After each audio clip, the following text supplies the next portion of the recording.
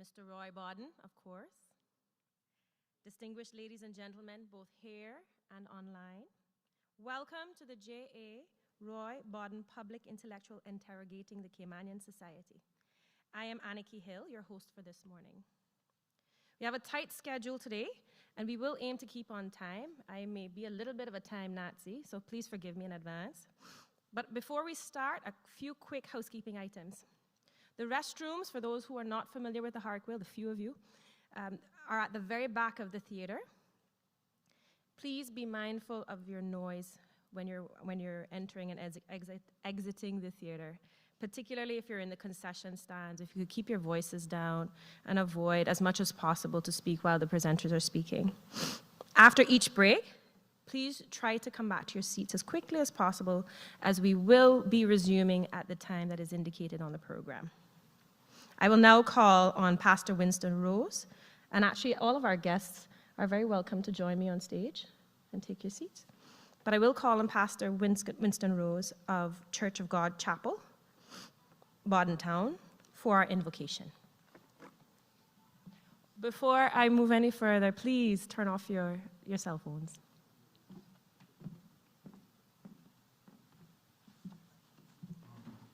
Good morning. Would ask if you would stand as we invoke the Lord's presence among us this morning.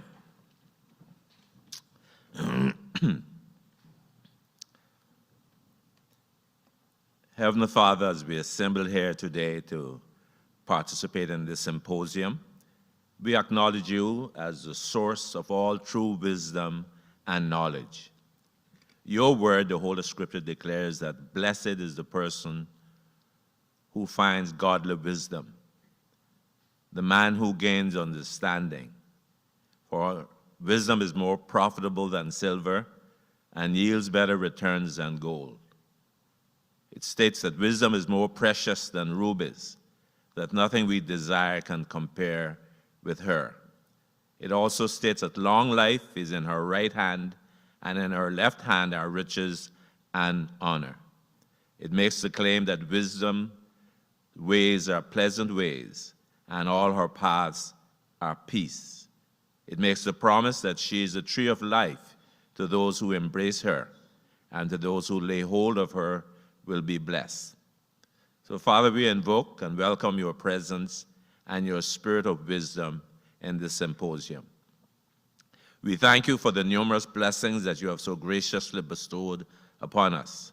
These include the precious gift of life, together with the measure of health and strength that each of us is experiencing at the present time. As we consider your goodness, we thank you for these three beautiful islands and the good quality of life that many of us are privileged to enjoy every day as we reside here. Help us to be grateful for the freedom we have, which allows us to meet here today to openly express our opinions and ideas. We pray for all the presenters. Grant them a humility of spirit, and that their presentations will contribute to the enrichment of our understanding of our past, and will enable us to make a greater success of our present and future. We pray that this symposium will yield positive outcomes for the Caymanian society, and the knowledge and understanding gained may help other societies as well. Father, we thank you for those responsible for the planning and implementation of this event, and ask that you will grant them success. May the various technology employed work excellently, and grant safety to all in and around these facilities, and for all those traveling to and from this event. These mercies we ask in the name of your Son and our Savior, the Lord Jesus Christ. Amen. Please be seated.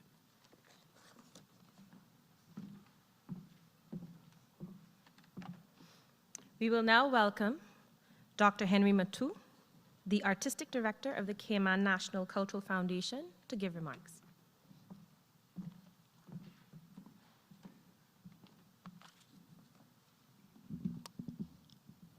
Thank you, Nikki. Good morning, Cayman Islands. Thank you, and good morning, good afternoon, good night, or good evening to everyone, wherever in the world you are logged on from. The Cayman National Cultural Foundation is pleased to partner with the Committee for the Promotion of Research and Caymanian Scholarship to bring you this symposium. J.A. Roy Bodden, Public Intellectual, Interrogating the Caymanian Society. We are particularly delighted to greet our Minister of Home Affairs, Youth, Sports, Culture and Heritage, Honorable Bernie Bush, and all of the presenters, local and overseas, some of whom will be joining us via Zoom. I would like to thank the board of the Cayman National Cultural Foundation, the staff of the Cayman National Cultural Foundation, the Cayman Islands Government, Government Information Services, Kelly Holding Limited, and the many volunteers, friends, and well-wishers of CNCF for their assistance in producing this event. This symposium is the beginning of something new and important and exciting in the Cayman Islands, which CNCF and the committee will strive to make an annual event. I want, therefore, on behalf of CNCF, to thank particularly Dr. Livingston Smith for the idea that ignited and blazed into this. Over the next 2 days, you will hear much talk about the work of J.A. Roy Bodden, the person we know simply as Roy, and what it means to the people of these Cayman Islands. I sense that there will be spirited sharing of ideas and even disagreements, but we welcome it all. I hope you will find the presentations interesting and informative, and that you will stay with us for as many sessions as you can. Thank you. Thank you for being here in person. Thank you for being here online. And thank you very much. And God bless the Cayman Islands. Thank you.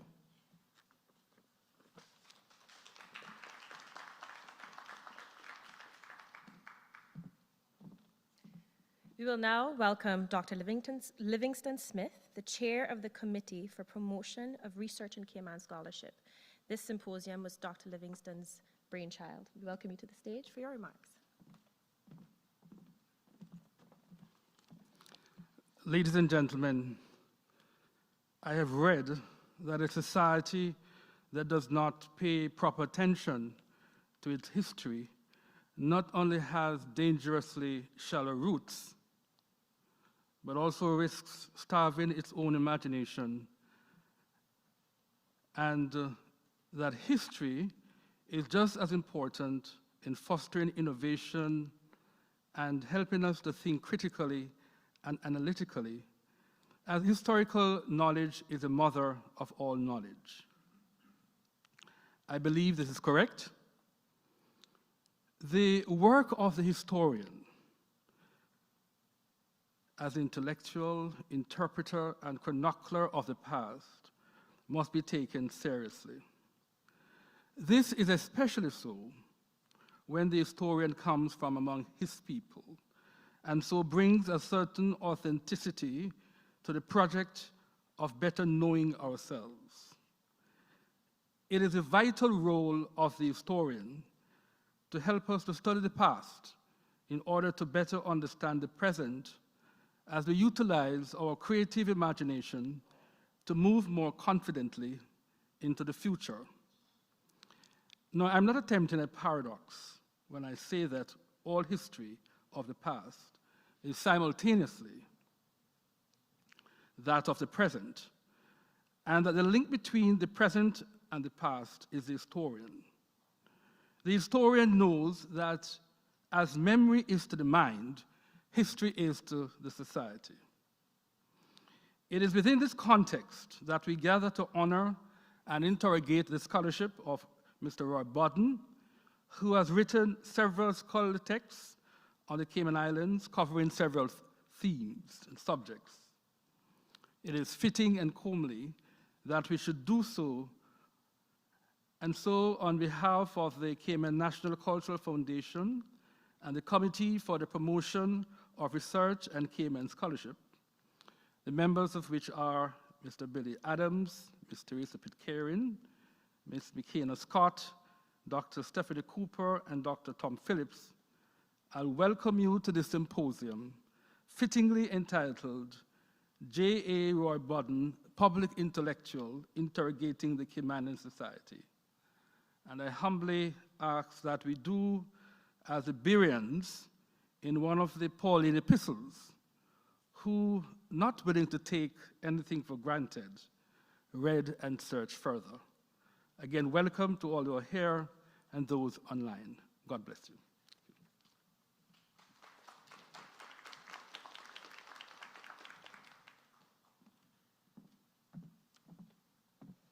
Please give a warm welcome to Honorable Bernie Bush, the Minister for Home Affairs, Youth, Sports, Culture, and Heritage.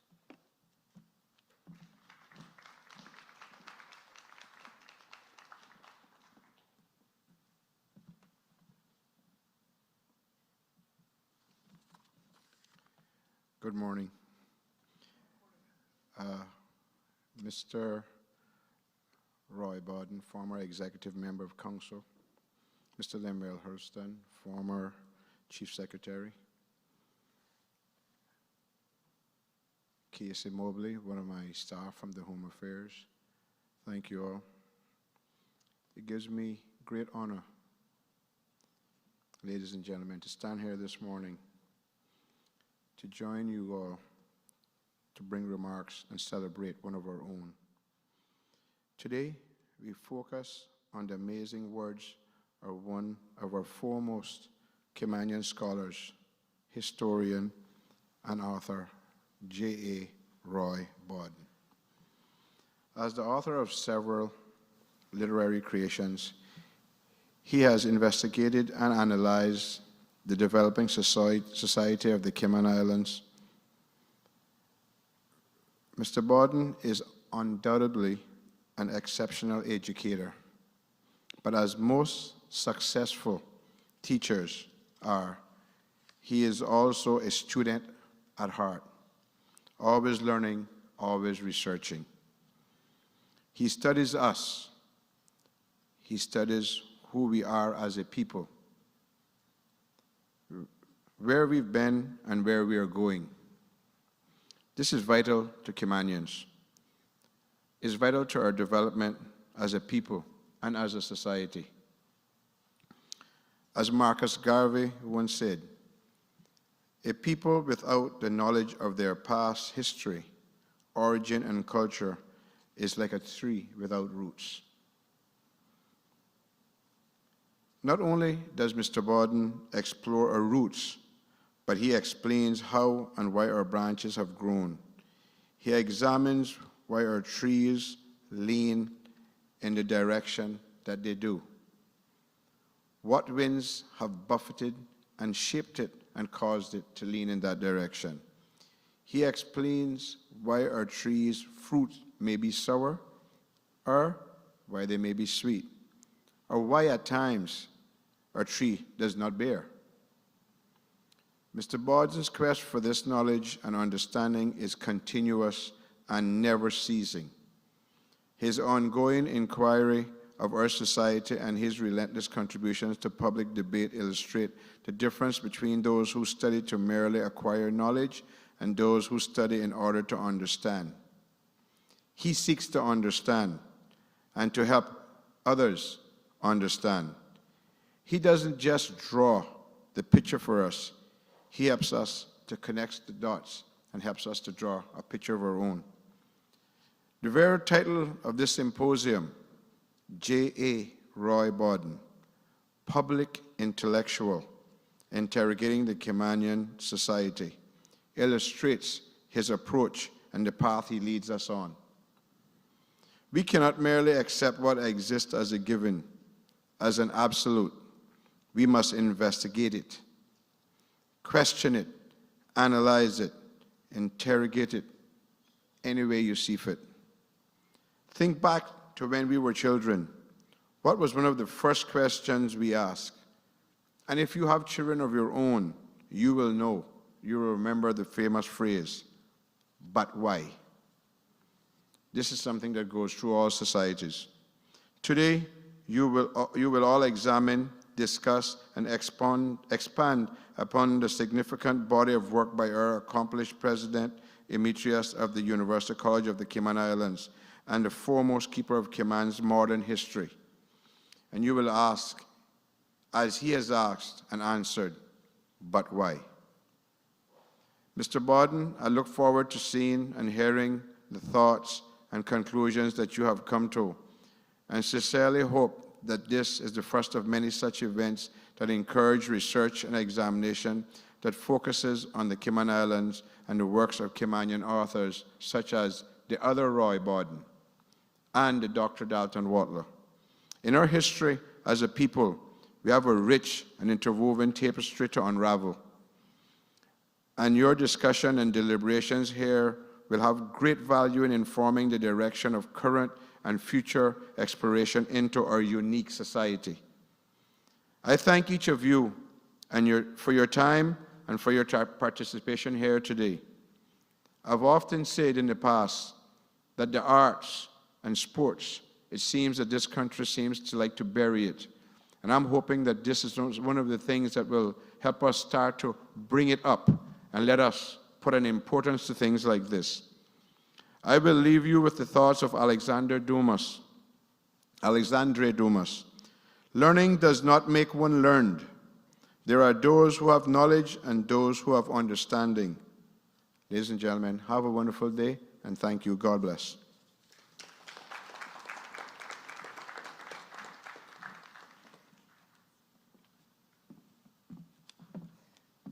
So ladies and gentlemen, we fully expect your participation in this event. So in support of that and in practice for that, I would love for you to just kind of shake yourselves out, get comfortable, get prepared, stretching as an athlete would before an event. Just prepare yourselves to question yourselves as well as the speakers here today. We're going to now begin our first session of interrogation. My fellow presenters, please be prepared to begin as the presenter before you finishes, because I will introduce all of our presenters before we all start this session. I will ring a bell when you have 5 minutes remaining to your time. If time permits, we will invite the audience to ask questions, and we're very much hoping that time will permit, because we very much want to hear what you have to say. But I will now introduce the brilliant minds addressing us this morning. First, we will be joined by Zoom by Dr. Ian Randall, chairman of Ian Randall Publishing in Jamaica. He will address us on Mr. Roy Bodden. Roy Bodden leads the way, writing and publishing as critical activities in nation building. Second, Dr. Christopher Williams, who joins us today on stage, the associate professor of the social sciences at University College of the Cayman Islands, will address us on the analysis of some ideas in Bodden's books, Race and Slavery. Then we will hear from Dr. Carlisle Corbin, also joining via Zoom, the International Advisor on Governance and Senior Analyst in the Global Dependency Studies Project, on the state of play and future of the British Overseas Territories. And then finally, before the break, Professor Mushfiq Mobarak will also join us. He's a professor of economics at Yale University. Can we understand and appreciate the history and development of Cayman by examining the challenges faced by current developing societies around the globe. We will then take a 10-minute break, but please enjoy the first of these presentations.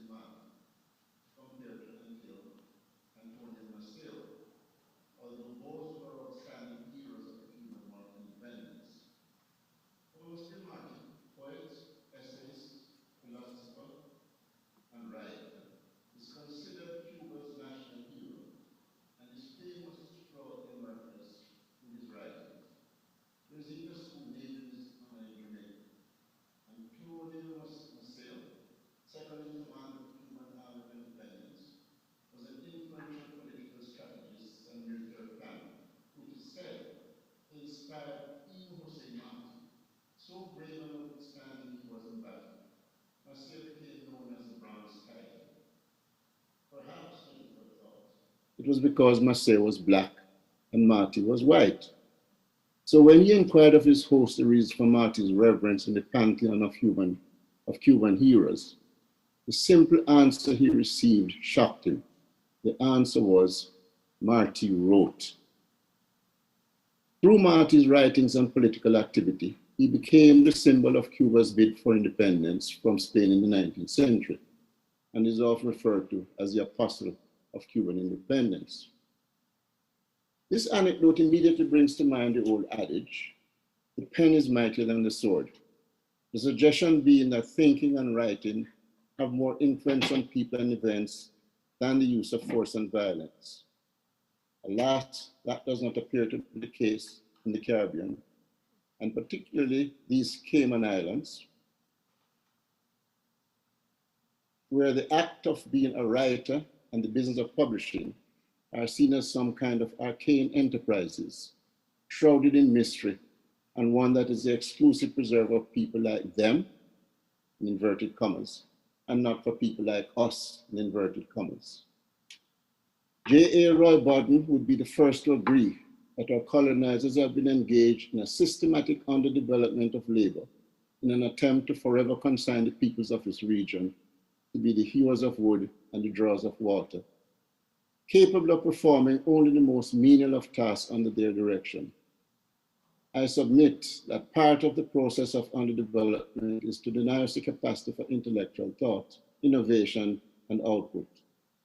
For I've long held the view that this is part of a racist conspiracy of which we in the developing world have been unwitting victims, a conspiracy to maintain control over the production, dissemination, and application of knowledge, which we now know is a source of power and control in the 21st century. I challenge you to find anywhere in North America, Britain, or Europe, or even here in the Caribbean, a single director of a university press who is black. Yes, you will find black presidents of prestigious Ivy League colleges in the US, but directors of their presses, never. The UN, which among its numerous divisions is one of the world's largest publishers of reports, monographs, and books, can have a Ghanaian as its Secretary General, but you will not find any black person as head of any of its publishing divisions. And like the World Bank, the IMF, UNESCO, the Commonwealth Secretariat, when an international institution teams up with a scholarly press to publish books about us here in the Caribbean or in Africa, do they ever turn to an African or Caribbean publisher? Rarely, if ever. In publishing, we are invisible. But we should not be invisible either in writing or in publishing. That is, sharing with the world what we have written, because if we don't write and tell our own stories and rely on others to interpret our past, then future generations will perpetuate myths that the one handed down to several generations, that these islands were discovered by Columbus, when in fact there were native peoples living here hundreds of years before Columbus lost his way. Or that our history begins with slavery, ignoring a glorious African civilization with a long history, in many respects more advanced than the Western civilization for enslavers.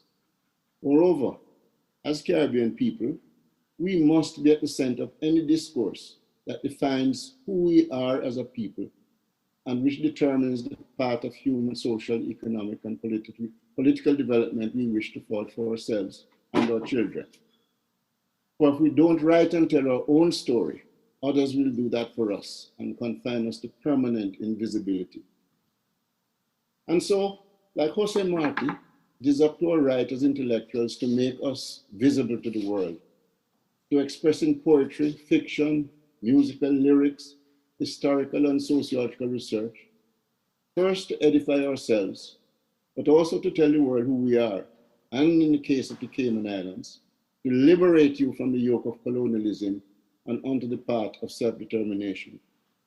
Our writers so far have not failed us and have refused to remain invisible. Nobel Prize winners Sir Arthur Lewis and Derek Walker from the tiny island of St. Lucia, and Sir Vidya Naipaul from Trinidad, have shown that our people can stand shoulder to shoulder with writers and intellectuals, black, white, or yellow, from any part of the world. Meanwhile, a new generation of novelists and poets have been taking the literary world by storm, winning major prizes and awards in the UK, US, and Canada, while our scientists and environmentalists have been making valuable contributions to the human store of knowledge through their research and writing, contributions by way of vaccine development, treatment protocols, and general management of the novel coronavirus disease by Caribbean nationals in Britain and North America have been outstanding and need to be recorded and told. These efforts have not always been recognized or appreciated by our own people, and the Roy Boddens of this world will tell you, writing can be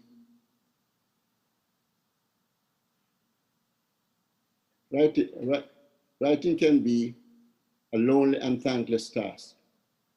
Being a writer in a society like ours that does not value writers and their role is a brave undertaking on several levels. Firstly, you open up yourself to a kind of sneering ridicule that says, who does he think he is, calling himself a writer? The Jamaican writer Rachel Manley once confessed to me it was only after her third book was published that she felt comfortable describing herself as a writer. Today, she teaches young Canadian initiates in the art of writing. I never explored the reasons with her, but suspect that it stemmed from internalizing a prevailing attitude that to make such a claim, one was being either pretentious or being a dilettante who was too lazy or could not hold down a real career. The same reaction most children of past generations would get if they told their parents they wanted to be a dancer, an actor, or a painter, or God forbid, a sportsman or a sportswoman. Another period involving the act of writing is self-doubt. Until, will my work have an audience? And how will it be received by critics and a discriminating public? And even before that, will any publisher consider it worthy enough to be unleashed on the public?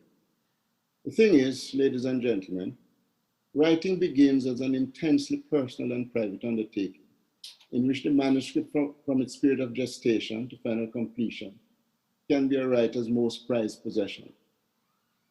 Not to be confused with the mind of a narcissist, the writer often dreads the day he or she has to hand over the prized possession to a publisher to be shared with the public. Why? Because much as he is relieved and even elated at completing this magnum opus, the moment he turns it over to his publisher, it ceases to be his private possession because it now belongs to the public. It is against this background that one must measure and assess the writings and publications of J.A. Roy Bodden. It is not my intention here to engage in a detailed analysis of the 6 books I have had the pleasure of working with Roy to publish and offer to a Caymanian public and the wider world. Others far more qualified and with a deeper knowledge of Caymanian history, politics, and culture will do so over the next.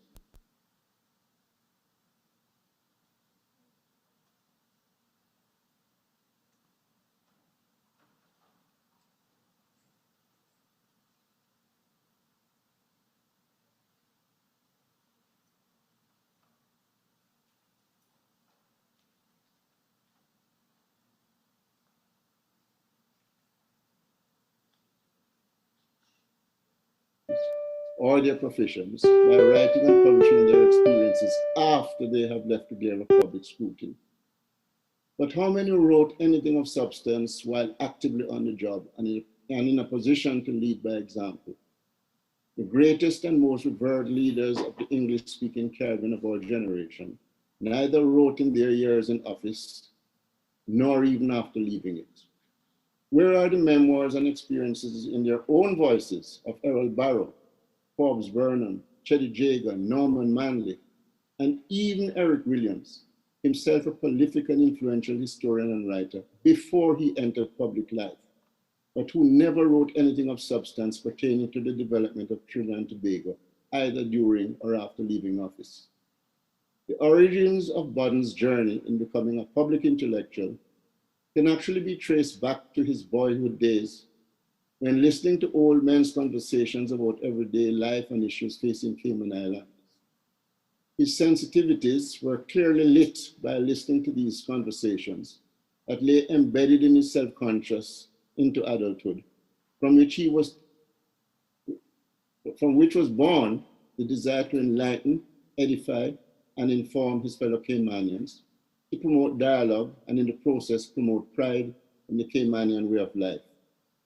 Thus, his story collection, A Gathering of Old Men, in which he explores how the forces of colonialism, imperialism and globalization, racism, greed, and what he so eloquently describes as a toxic expatriacy,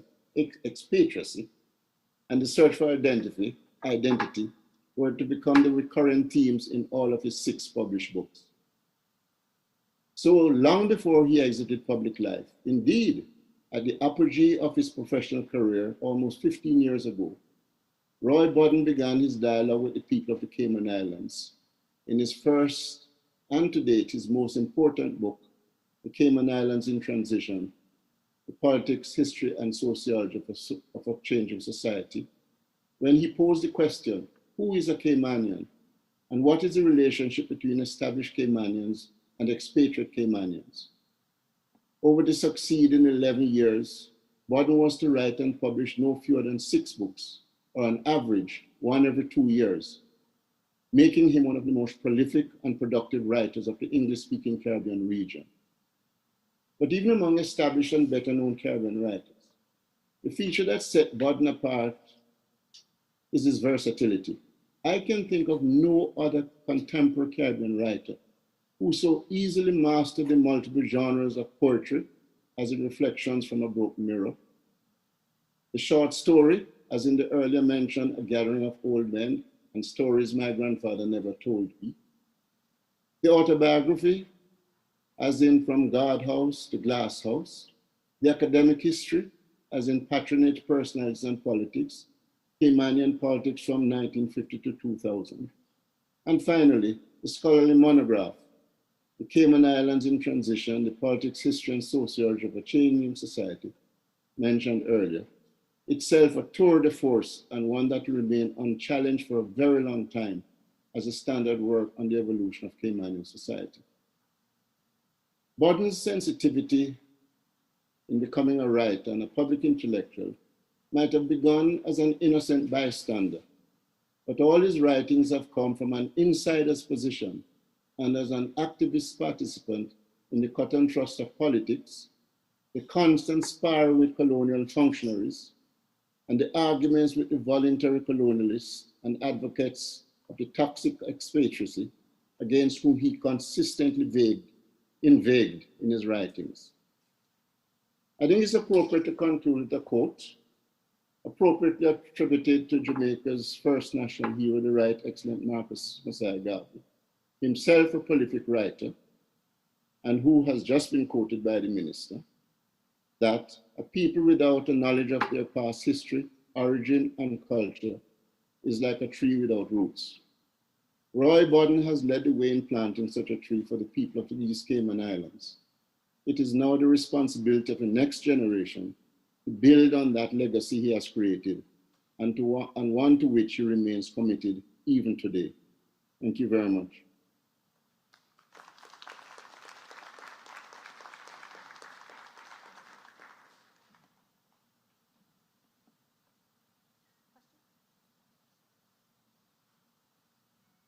You go.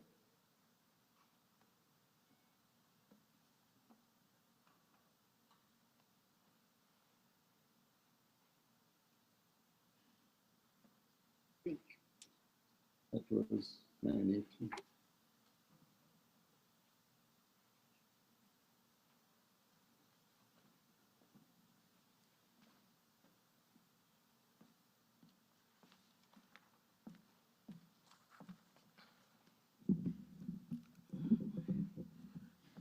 Good morning.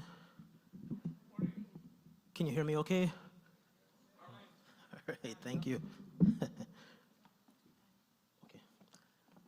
So I grew up and presently reside in the Cayman Islands. I am from Jamaica originally, but at a very young age left the country of my birth, ancestry, and ethnicity for my adopted homeland. Now, my ethnicity and race, together with the full gamut of their representations and imposed perceptions, followed me and my family to the Cayman Islands. Native Caymanians, I should here note, are predominantly of black and white, of African and European admixture. It is, in substantive part, this phenotypic reality, discussed extensively elsewhere, that has led many Native Caymanians to embrace the view that they are in crucial ways different from the rest of the Caribbean. Utilizing Roy Bodden's published ideas on race, slavery, and their associated legacies, among other sources, I attempt to bring into focus a meaningful analytical lens through which to understand the ideological dependence of the present on its contingent past. Because let's face it, without the past, the present is impossible. For my doctoral studies, I interviewed 200 such Native Caymanians.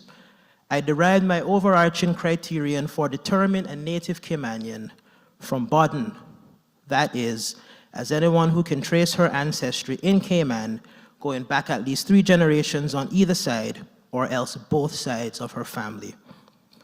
My intention was to get an idea of the degree to which these Caymanians viewed the significance of slavery throughout their ancestral history.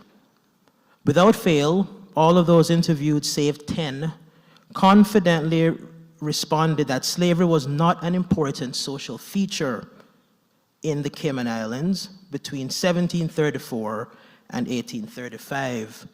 It was in the latter year that slavery cum apprenticeship was completely dismantled in the Cayman Islands. Those who assented to this view were aware of Bodden's argument, or arguments.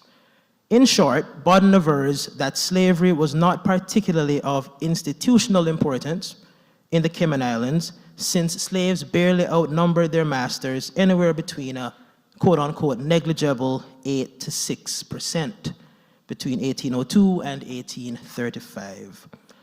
This understanding he arrived at comparatively, as if to say, slavery should not be considered significant in the historical Cayman Islands, because slave numbers there, unlike in Jamaica, were tied both to a diminished racial ratio and brutality quotient.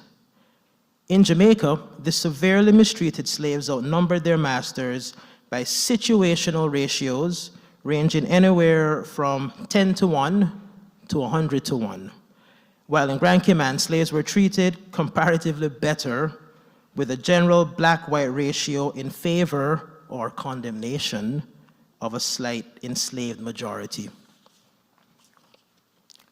Bodden links the foregoing idea to his ultimate percept that slavery was not as debilitating a social handicap in Grand Cayman, further affirming that slaves and masters were likelier to have worked together in a spirit of collaboration, given the material and financial hardships that generally defined historical Caymanian society. Bodden then goes on to define this society ultimately as a pigmentocracy, a term popularized by the late American historian Frank Tannenbaum, among others.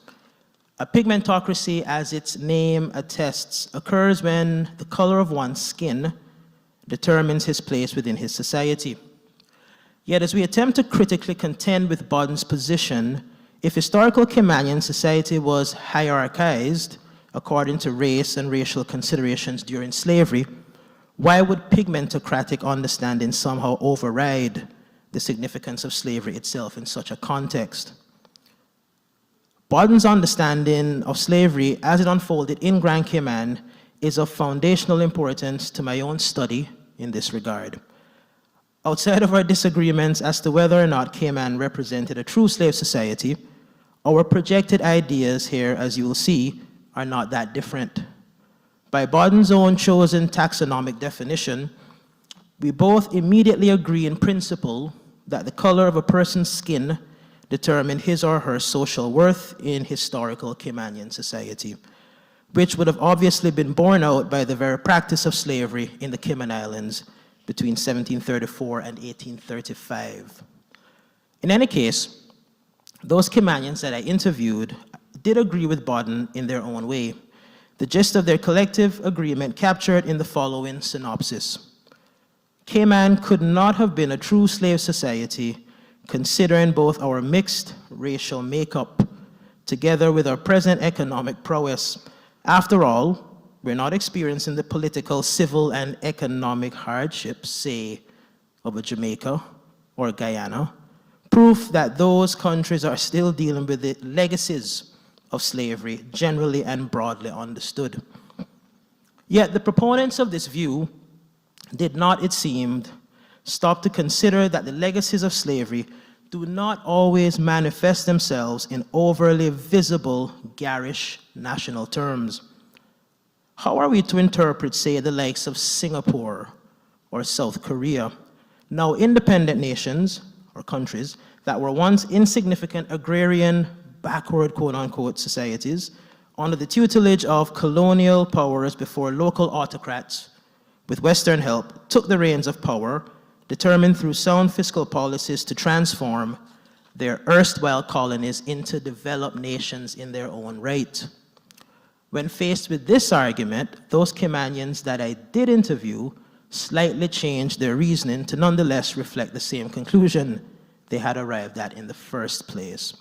Jamaica, many of them further argued, simply was not ready for independence in 1962, perhaps channeling the late Michael Creighton's posit that just before Jamaican independence, many prominent white and near-white Caymanians especially were voicing their own racially motivated fears towards British Jamaica, Cayman's apathetic overseer at the time, further implying that Jamaica was too black and un-Western to maintain a stable, prosperous independence. From there, my interviewees went on to affirm the necessity of Cayman's continued voluntary connection with Britain if the dependency's inhabitants wished to remain prosperous. This argument against the significance of slavery in Cayman, nonetheless, betrays an ideology in part motivated by race and its sometimes invisibly trenchant considerations and effects. The subconscious impetus behind this native way of thinking likely points to the inevitably contingent roles that race and racism did play in the lives of ancestral Caymanians. To be sure, this likely historical certainty is at ideological odds with current efforts keen to altogether erase the legacies of slavery by sanitizing our ancestral history. As if to say, because there was no slavery here, Cayman was never in a position really to suffer from that institution's debilitating legacies. In my attempt to highlight the treatment that I would receive in my adopted homeland throughout my upbringing here, by way of Bodden's illuminating pigmentocratic understandings, I contend that native Caymanians, as defined according to Bodden's criterion, did not need expatriates to introduce them to race and its associated understandings, taxonomies, practices, and disfranchisements. Well before the advent of globalization and spirited multiculturalism in the late 1960s and their accompanying racisms, touched on shortly, native Caymanians of all racial hues were well acquainted with the fact of slavery, both in word and deed, both in action and reaction. Although F.R. Fife of the Jamaica Secretariat would on his official visit to Grand Cayman in 1886 state that Caymanians appeared altogether united in their goodwill towards each other, nothing could have been further from the truth, at least in racial terms. I have elsewhere provided evidence affirming that although life was typically financially difficult for most Caymanians in the late 19th into the early to mid-20th century, racialist considerations continued to color the civil society of those islands. Pun, of course, very much intended. Miscegenation or racial mixing might have been commonplace, but this did not in any way extinguish the thrust of prejudicial ideas and confirmations erected around age-old stereotypes that could have only emanated from the institution of slavery. Well after the fact of slavery, but more importantly, very much in spite of it, there is evidence of racially segregated Caymanian communities in favor of well-to-do white and near-white Caymanians, of entire districts/communities being branded with a particularly common racist prefix relative to those more racially affluent communities and neighborhoods, of certain Caymanians throwing away their drinking glasses that Afro-Caymanians had imbibed from, of white Cayman sailors not being able to sympathize or empathize with their black and mixed race counterparts on the high seas, who were often forbidden from eating with white sailors, and who were often openly referred to using vile racially motivated terminology that we would not dare use in genteel society today. The point is, when I was as a child growing up in Cayman Brac and openly and routinely being referred to using, I'll say that again, forgive me. The point is, when I was as a child growing up in Cayman Brac and openly and routinely being referred to in similarly racially motivated ways, such references were nothing less than enduring, learned expression stemming from a racialist legacy with its ultimate rooting in slavery. When a racist/sexist epithet was used to describe my mother, simply, or not so simply, because she decided to sit in a front pew of our church normally reserved for a prominent white native family, this incident occurring in the mid-1980s, this utterance was not the handiwork of corrupting foreigners, but of a primordial historical understanding, presenting itself in situ and enlivened by nativist racialist outrage. Those who stood guilty of racially motivated contempt directed towards me and my family did not, subsequent to their expressions, otherwise actually disfranchise or deprive us of our civil rights under Cayman law. Not to the best of my knowledge, anyway. Unlike those people of color who are, for instance, unfairly and or overly profiled at airports or denied access to, say, a public space or federal funding for no other reason seemingly than the menace or antipathy the color of their skin might represent. The brand of racism that I experienced growing up in Cayman was more linguistic, situational, and reactionary in nature. Here were certain Caymanians, both young and old, who saw fit to verbally react to skin color, come ethnic differentiation, based either on a perceived slight on my part, or simply on what they would have understood, for some amusingly so, to be our negative racial difference, an understanding shaped by centuries of racialized legacy and social conditioning.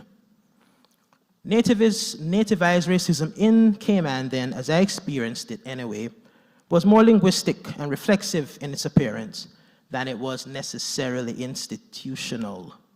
However, any meaningful application of critical race theory beyond situational nativism to include Cayman's current multicultural reality would likely lead to the confirmation, per Bodden, that institutional systemic racism does indeed exist in the jurisdiction. There's a wealth of evidence, both anecdotal and corroborating, with which to suggest widespread unemployment discrimination on racial/ethnic grounds, readily represented in the expatriate or the native Caymanian business manager come owner, who might justify denying employment to a qualified Caymanian or Jamaican on the grounds of associated racist come ethnic stereotypes. Such justifications by stereotype span sentiments that Caymanians are too lazy, to Jamaicans are too aggressive and hard-headed, to Filipinos are too passive-aggressive and standoffish. Sentiments of this nature may lead to further castigation underscored by a righteous resolve when placed against the prevalent enough stereotype that certain younger, largely unqualified Caymanians especially deem certain jobs below them and would rather go unemployed until they find the quote-unquote right job. This particularly nasty sentiment has contributed to what I like to call the slow roasting stereotype of Caymanians as entitled, undereducated, and undeserving. Institutional racism come ethnic prejudice across the private sector notwithstanding, there are also distinctly Caymanian expressions which point to systemic discrimination throughout Cayman's largely black and brown civil service, which is comprised mainly of Caymanians, new and native alike. According to such expressions, upper management positions are too often given to hyper-experienced white expatriates who are expected to lead a succession plan concluding in a Caymanian successor.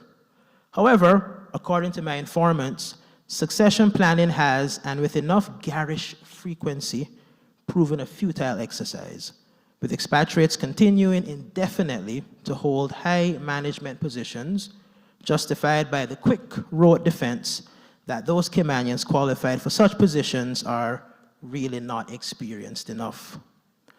This issue becomes all the more vexing for many native Caymanians by their own admission when the expatriate manager in question becomes eligible for Caymanian status, is granted the same, and is thereafter able to downplay any obvious systemic discrimination in which he centrally figured. To the extent that racially motivated discrimination in Cayman can, per Bodden, be defined as institutional, I would expect this description to readily reveal itself along intersecting lifeways, be they religious, social, corporate, cultural, etc., that highlight the very social disparities inherent in multiculturalism. Social institutions are entities that occur because of human interactions, be they disparate, unbiased, or a combination of both, which in turn leads to established systems of beliefs and norms built on hierarchical understandings, racial and otherwise. Regardless, beyond such disparities, one would be hard-pressed, to a degree, to define manifested racism/ethnocentrism as straightforwardly, systemically institutional in nature in terms of schooling in Cayman. The visible self-segregation that occurs in Cayman on the basis of race and ethnicity is telling enough. But no black child, for instance, will likely be barred entry from a quote-unquote white private school solely on the basis of his or her skin color. Expatriate children are not typically allowed to attend public schools in the Cayman Islands by way of a controversial statute, perhaps inhering, again per Bodden, its own xenophobic self-defeating sensibility, which means that racial considerations would not disproportionately affect expatriate or native children of color who must attend school and who are able, usually, to attend whichever private school they like. All of this, of course, notwithstanding the institutional discrimination that some of these children of color may well face once they have been admitted to the private school of their choice. The foregoing train of thought, inspired by Bodden's own views of the modern frontier society, together with my anonymous conversations with a wide cross-section of represented ethnic groups in Cayman, has led me to the general conclusion that every represented ethnicity and race in Cayman is likely in some way to express its prejudice through daily slights, including, but not limited to, not returning a greeting to someone of a different race or ethnicity, mentally dismissing a stranger out of hand simply because of her accent, or else exhibiting a calculated indifference to racial indifference.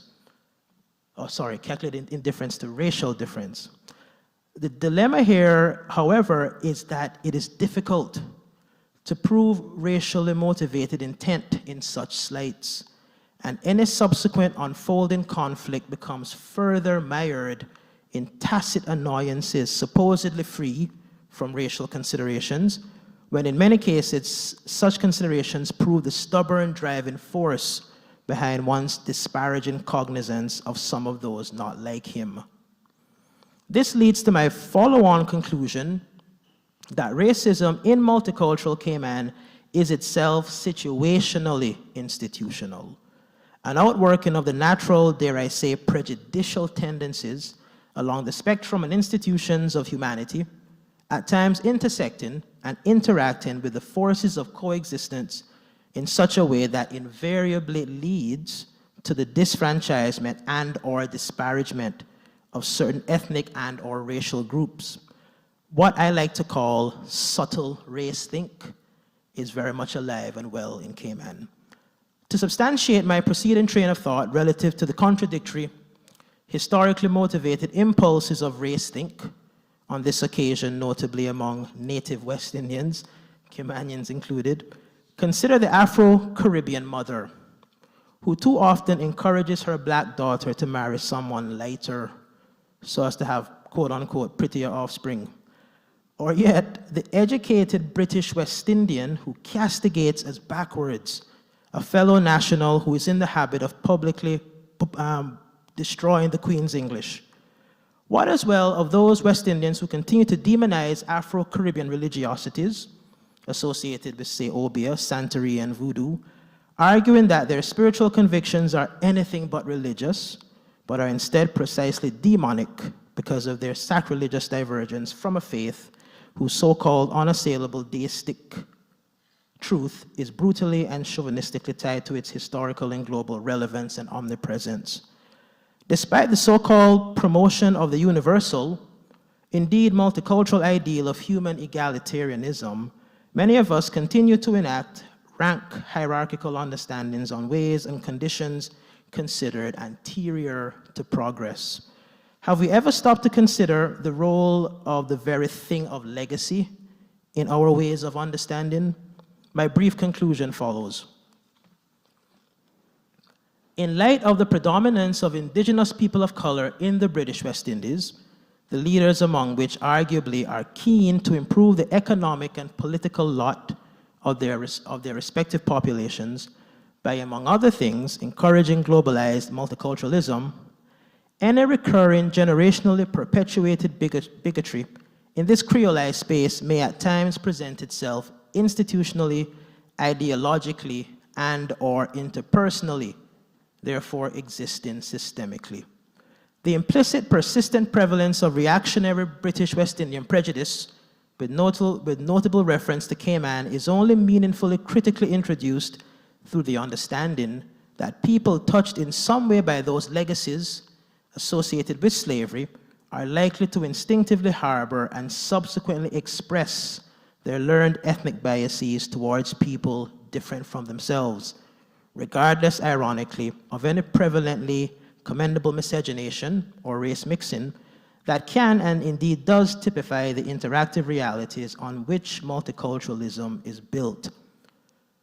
My final question to you, gentle audience, and be gentle with your questions, please, is this.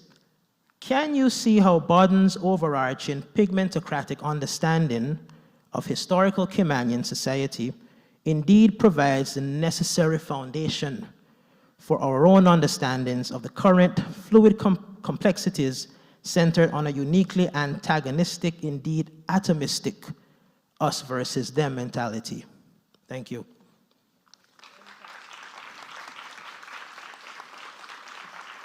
One question? Yes, sir.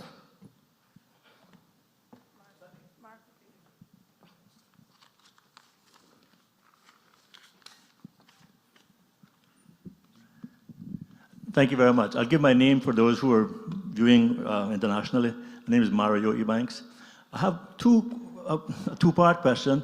The first one is, where do you attribute the genesis of the racism that you spoke about that was existing in Cayman from long before 1503? And the second question is, I have people told me in around 2000, and when we had the status fiasco of 2003, of cases where Caymanian seamen at the ports in Jamaica were threatened for their life by Jamaican seamen who accused them of taking the Jamaican jobs during that time. How do you describe that behavior, sir? Thank you. Okay.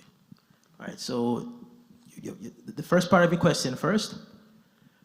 If you count turtles as the first Caymanians, I don't think there are any Caymanians here prior to 1503. So to kind of answer your question, I do think that Cayman was populated by Europeans and Africans. All right, so if you think about it, by around, I don't know, the early to mid 17th century and beyond, right, folks from Europe came over to the New World with their slaves, of course. And so to answer your question more directly, I think that that racial prejudice more or less commenced during slavery or with the commencement of slavery. Now, the second part of your question, I don't know if you know why Jamaica left the West Indies Federation in 1961, because it's quite ironic. The Jamaicans were sort of convinced that they could go independence alone, and they didn't want those small Caymanian islanders or Kitchener's or Antiguans flocking their shores in search, or let's say to steal valuable Jamaican jobs, right? So the long and short of it, in my opinion, is it's really all about position and place. And of course, back then, Cayman was considered, well, it wasn't considered what it is today, to say the least. And so there were these warring perceptions, these warring ideas of, again, us versus them. And so you think about us, what can we do that will, benefit us against, of course, those incomers who may want to steal what we have or what rightfully belongs to us? I don't know if I answered your question, but I have to go.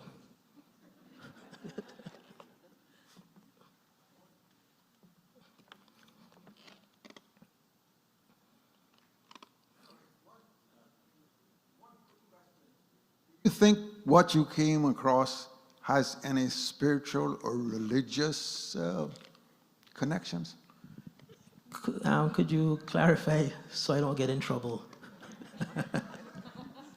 Well, you went through a lot of stuff and a lot of comparatives. But I wonder if you look back at, I think, through the Caymanian society, you'll find that religion, the religious factor, played a very important role in all of our perceptions or all of our movements forward. So did you run across anything relevant to that? Yes, sir, I did. So again, this idea of, let's say, religious unassailability. So when you think about Christianity, that's what comes to mind, right? Christianity as the unassailable religion. And we think that way today. And I don't think many of us have actually stopped to consider why it is we view Christianity in that light, especially against the likes of Obeah and Voodoo that are automatically, I guess, condemned for their retrograde demonic properties. And so in my mind, it really comes back to colonization and history being forged from the viewpoint or the vantage point of the winner. And so the winner takes all pretty much in this regard, where the winner's ways, including the winner's religious ways, cultural ways, become the norm. And so it is difficult to, if you will, deviate from that norm, especially if you've been indoctrinated, as the slaves were, many of them were, during slavery, to accept these as norms, and therefore reconsider their, let's say, African ways as abnormal. Thank you.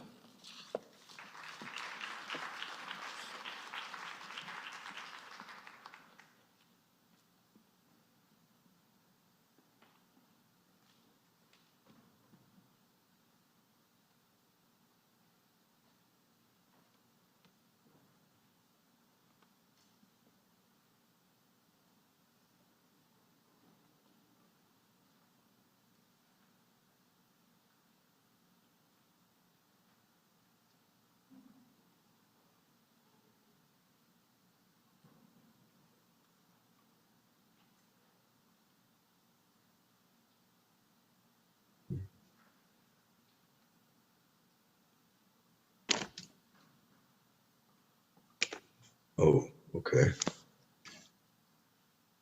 Good morning. I believe that I've been asked to proceed from the message that I got on the side. And I wish to, first of all, thank you very much for this invitation to participate in this forum. to recognize the important work of my longtime friend and colleague, Roy Bodden, whose career in academia, politics, and civil engagement continues to contribute to the important dialogue in our region. I'm pleased to address the question that was given me on the state of play of the British overseas territories, an issue which Roy has continued to examine in much of his work. I'll take a decidedly comparative approach relative to other Caribbean dependencies, in recognition that there are other dependencies in the region administered by various cosmopoles, such as France, the Netherlands, United States, as well. I will emphasize that the same international law, the United Nations Charter, is applicable to the status of all of the dependencies. Now, in this context, we find in fact, in the region, we have the most variety of such dependency arrangements anywhere in the world in such a small space. The British dependency model may differ from the rest in how they are structured, or how it is structured, but there is commonality with the other models in the asymmetrical political status relationship where power is designated and delegated to the elected government, not devolved as it is often projected. It is delegated because it can be taken away, and we've seen an example of this, of course, in the Turks and Caicos in 2009. A few points of comparison of the dependency models are useful in this discussion. In the UK dependencies, there is a direct role of the cosmopole in the daily governing process in such areas as control of the public service, internal security, external affairs, among other areas. Additionally, of course, there is the exercise of reserve powers, as well as the ability to deny assent to legislation if adopted by the elected government. And of course, that is the authority as well to introduce legislation which must be adopted irrespective of the position of the elected government. In the case of other territories, the United States governance of Puerto Rico and the US Virgin Islands has a decidedly different approach. Theirs is more indirect. Of course, the exception of that was with respect to Puerto Rico and with the institution of the US Financial Oversight Board, which took effect in 2016. This closely mirrors the present requirement for British approval of UKOT budgets. And also, if you look at the Dutch model, you'll find a similar activity requirement in regards to the Dutch dependency model through the consensus statutes.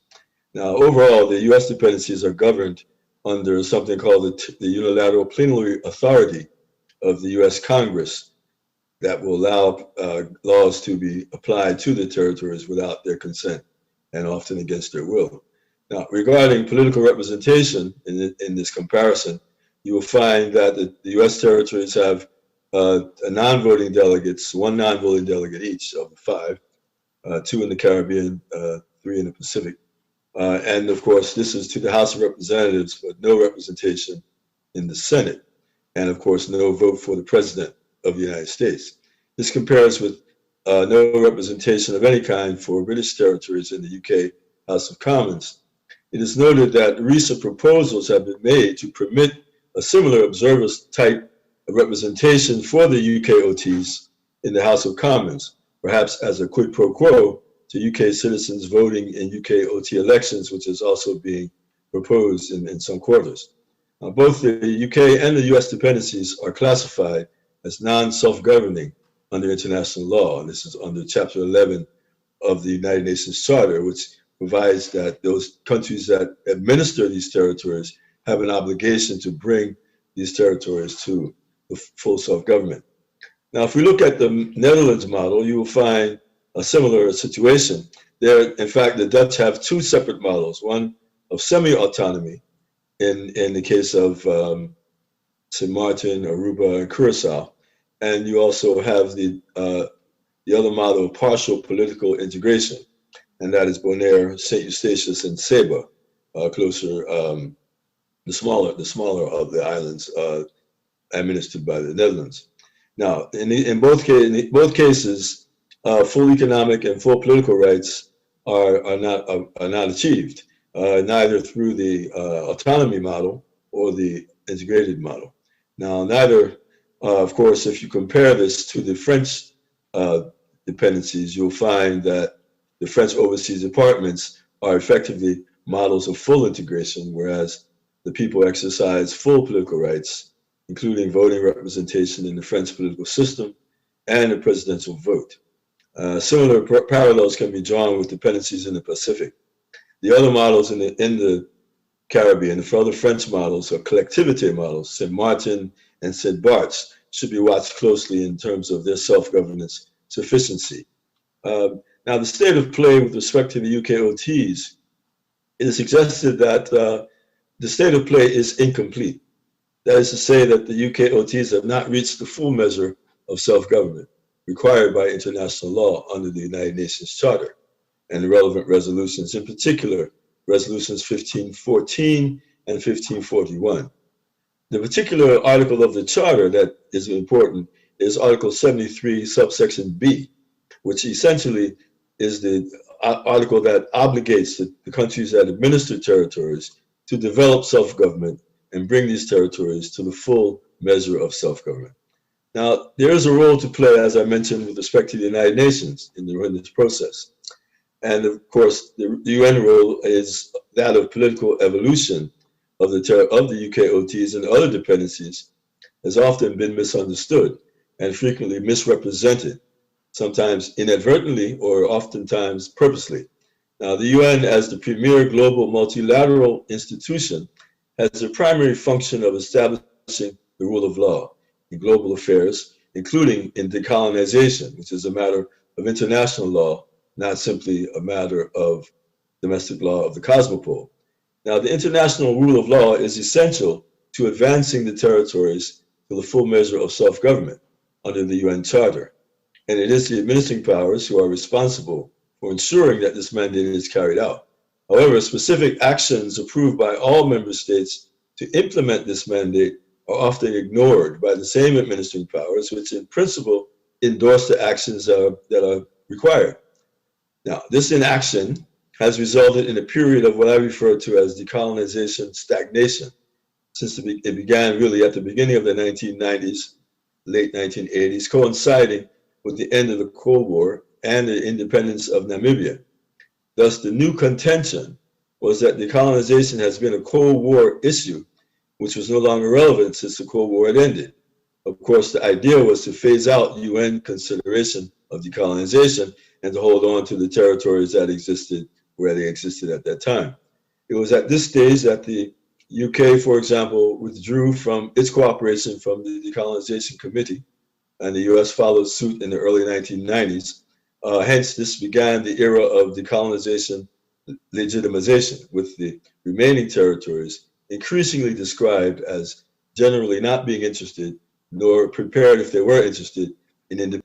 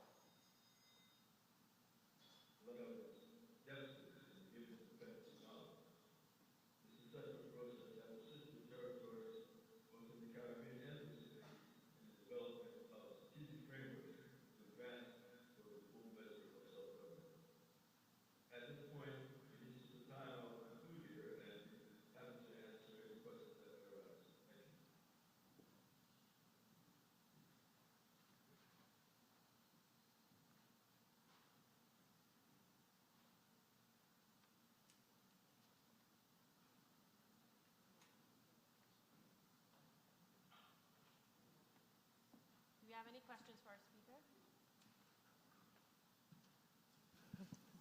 I think you made reference to the UN mandate. Now, why, or do you have any thoughts on why these mandates are not being actioned, at least, or even thought about?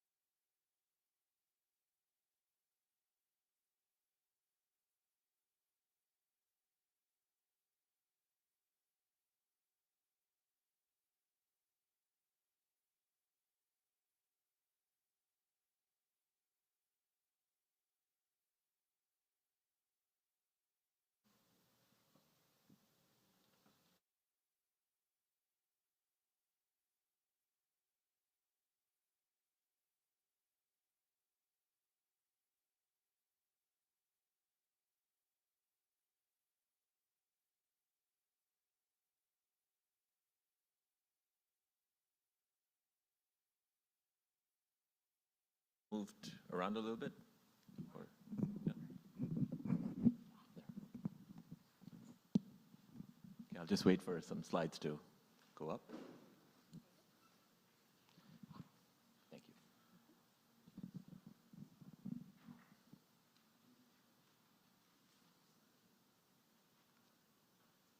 Well, while we're waiting, thanks very much for having me here, and thanks for being here. It's an honor to be in front of Dr. Roy Bodden, and I greatly enjoyed engaging with his scholarship and getting the opportunity to do so. And I'll start with actually a couple of apologies. One is that we've been discussing in the earlier talks very powerful, consequential ideas about the legacy of slavery in the Caribbean and the long-term consequences even today. And compared to such consequential ideas, what I'll be talking about is decidedly mundane. It's very practical. And so I actually almost feel bad about talking about this, and I was thinking, like, should I be engaging with the powerful ideas that are being presented? But then I realized actually that would be a worse idea. As it is, you can see I'm the lightest skinned person on stage. And my only expertise here is that I'm married to a black Caymanian woman, but that doesn't make me an expert. I haven't even figured her out yet, or my marriage out. So, so I'm definitely not an expert on race relations. And second reason is that a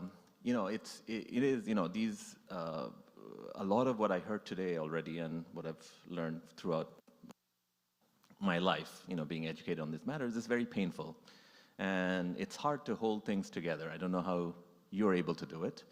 I remember visiting Elmina Castle on the Cape Coast of Ghana. So I'm a development economist, so I actually my work is in South Asia and Sub-Saharan Africa. And like being there and thinking about like my children's ancestors, and that's actually the castle through which many Jamaicans and Caymanians, the people who were forcibly brought here, that's actually the castle that they came through. I wept for 30 minutes straight. These are still, I'm sure, emotions are really raw for everybody here. So with that said, my second apology is that, I have a different title on the program. So the title was going to be about, initially when I started reading Dr. Bodden's work, I started thinking about, I wrote most of his historical works. I was thinking, there might be something for Caymanians to learn about its own history based on the things I study in developing countries today, because some of the challenges that Cayman Islands went through, right? And luckily we're doing well here, very well here right now. Those are some of the same challenges that the populations that I study in Africa and Asia are still going through, right? But then, like as I kept reading his work, I realized, you know, I might be more impactful if I talk about the future rather than talk about history.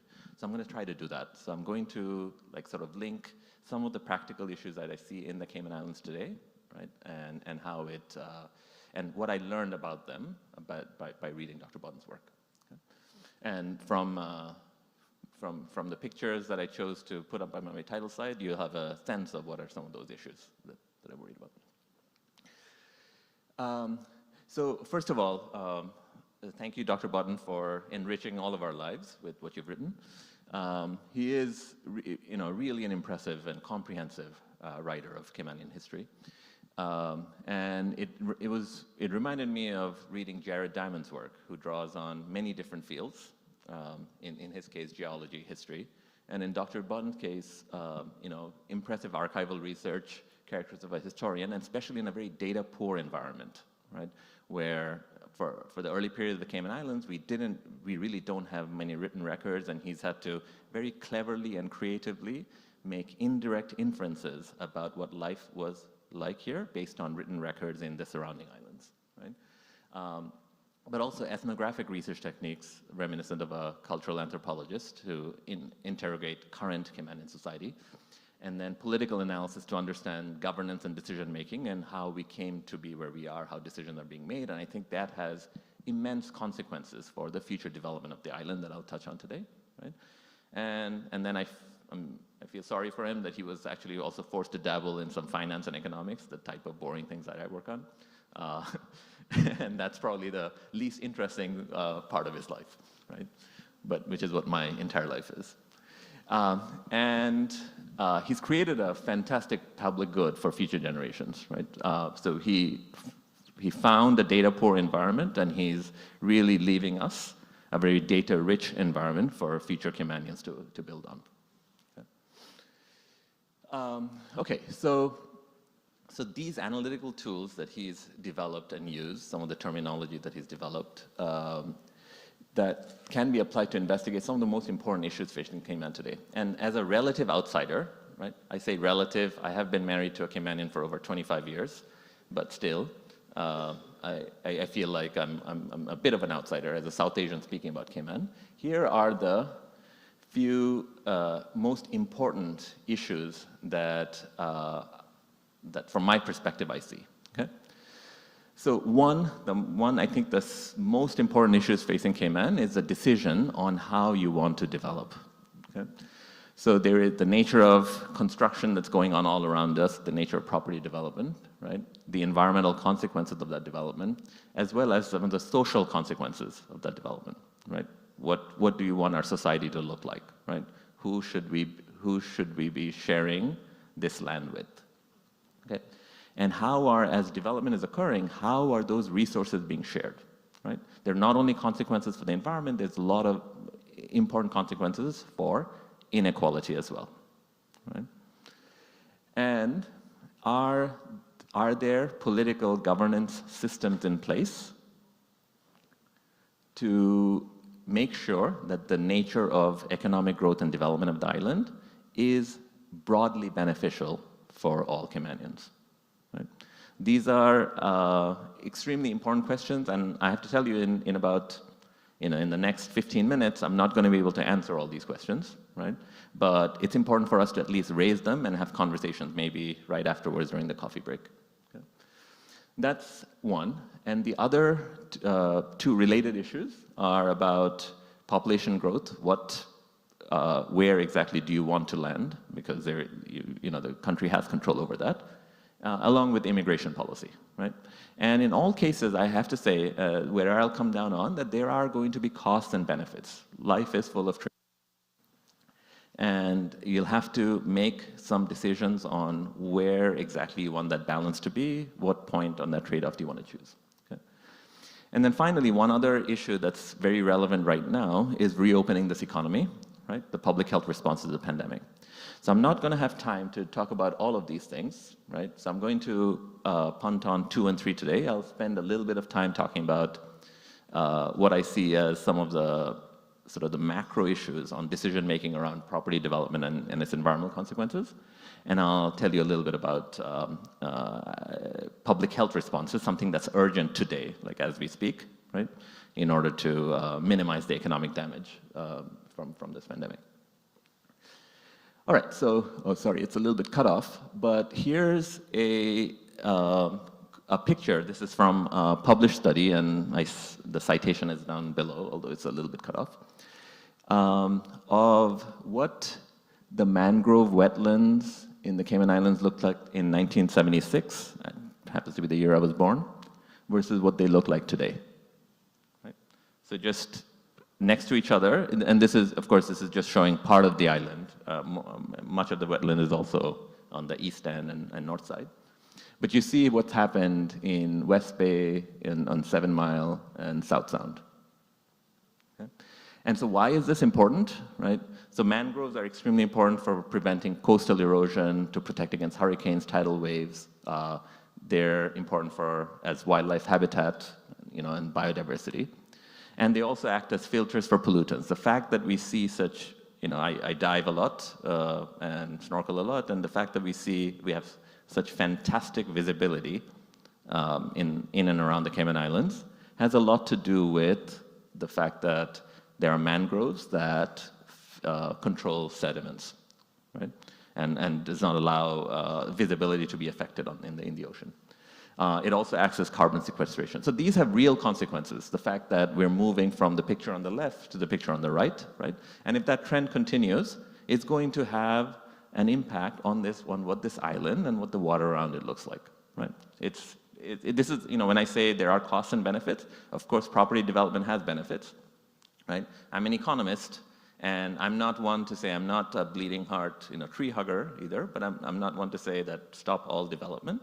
But we have to be keenly aware of these consequences. Yeah.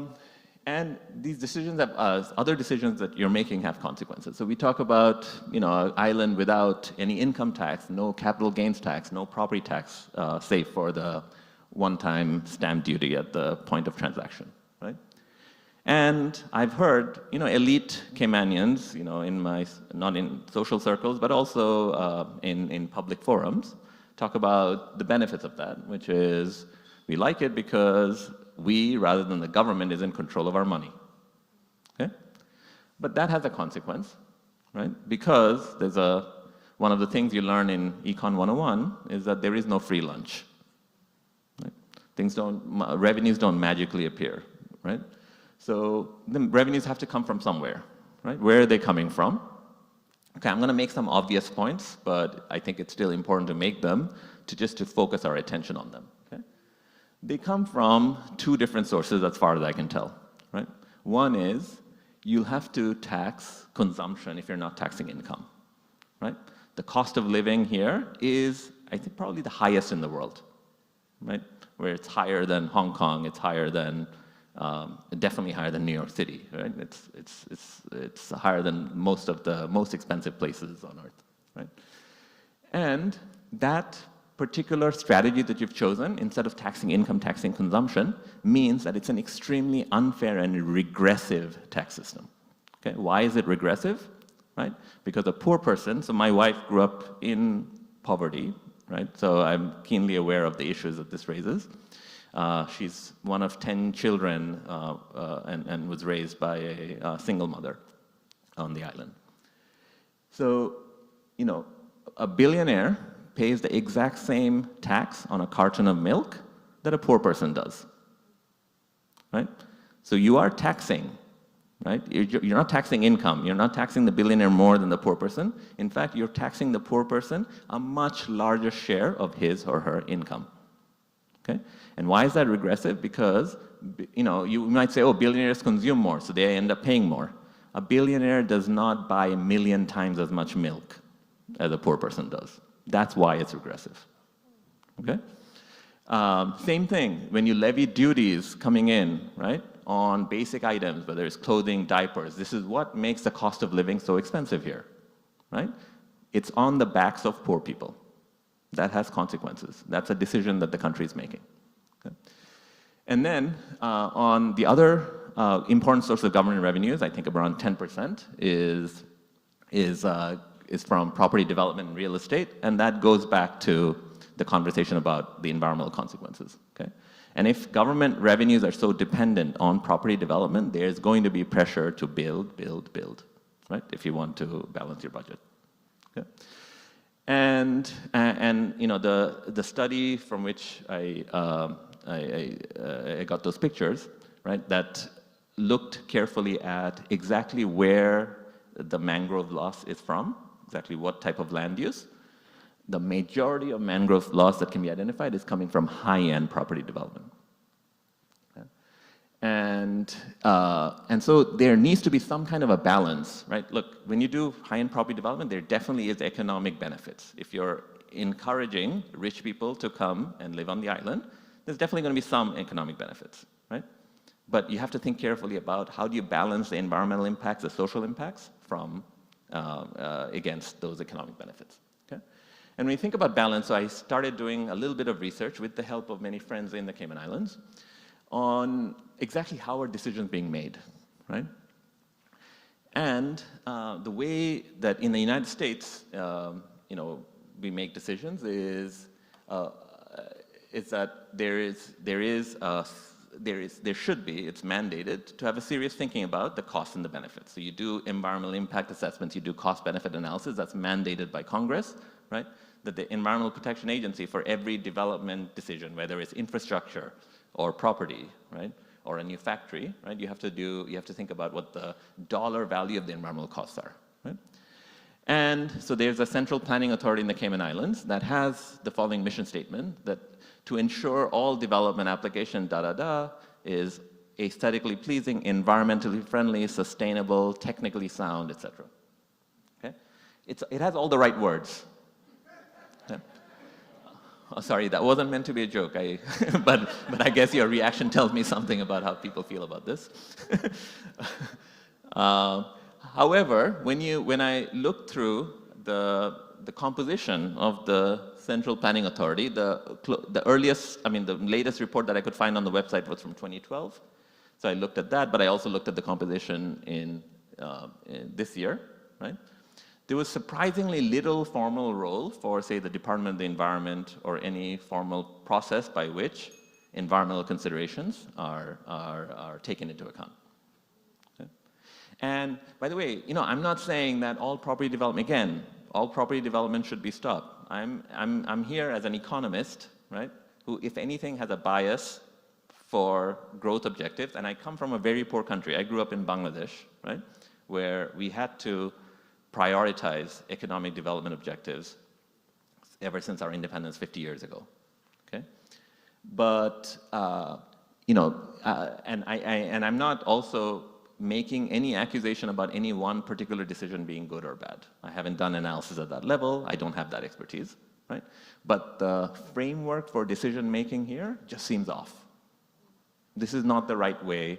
Like when you have, you know, a central planning authority that has heavy representation from the construction sector, very little representation, if any, from the environmental sector, right?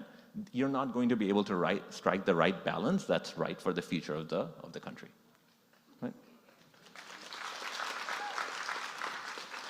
It's, so, I mean, it's a systemic, I'm just pointing out, I'm not pointing out that any particular decision is wrong, I'm just pointing out a systemic change that has to be made.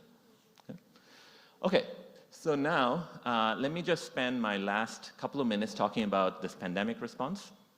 And you know, I spend my winter here, so this is the second quarantine that I went through. And I should actually thank Dr. Bodden for this, that yesterday I just called and told him, yesterday was my last day of quarantine, I called and told him, oh, I'm talking at the Bodden Symposium, could you let me out? And and I was the first person to call, like, so I got out at 2 p.m. rather than like 8 p.m. last time. So thank you, Dr. Bodden, for 6 extra hours of freedom, right? And also, you know, I called up, like, my dad last minute had to come with me because of the pandemic situation in Bangladesh. He couldn't go back. So I called up Cayman Airways saying, can I have an extra seat? They're like, no, flights are booked. But I'm talking at the Bodden Symposium. Can I have an extra seat? They're like, yeah, fine. So that's why I'm not on Zoom today. So anyway, so I came in the winter and I wrote about Cayman's exemplary performance in pandemic management, right? So I published this in Foreign Policy magazine. They didn't allow me to name the Cayman Islands, but if you read this, you'll see it talks in very like gushing tones about a Caribbean island that really showed the world how to do it, right? And Cayman Islands was it. However, in spite of that success, we're making a mistake, which is that we are now, sorry, I need to show you a video. So the mistake we're making right now is the prevailing vaccine hesitancy in the country, right? Without getting over the remaining vaccine hesitancy, we're not going to be able to open up comfortably and confidently, right? And this has tremendous negative consequences for the economy, right? So I'm here actually with my daughter as well as a group of young people. We're going to be working on vaccine hesitancy. That's our project for the summer, right? But I'm doing it on the basis of evidence-based work. So the last few months, I left Cayman in the winter and I started working in South Asia because of the crisis that you probably all know happened in India. So let me show you a 2-minute video about how we took an evidence-based approach to the work in India and Bangladesh and Pakistan. And I'm hoping to replicate something like that here, right? So let me see if I can show the video. It's just 2 minutes. I hope it works. No. Come on. If somebody is at the computer, if you just hit, there's a play button like right around here, if you can hit this. Who's controlling the computer? Okay. Oh. Okay, let me do a audio version of the video. Oh, there, oh. All right, somebody did something that worked, so let's do it again, and then I listened to the try pointing it and then messed it up, sorry. No. Okay, so let me just try to talk through it, I don't want to take up too much of your time. So it turns out that one of the most cost-effective things we can do to, are we trying again?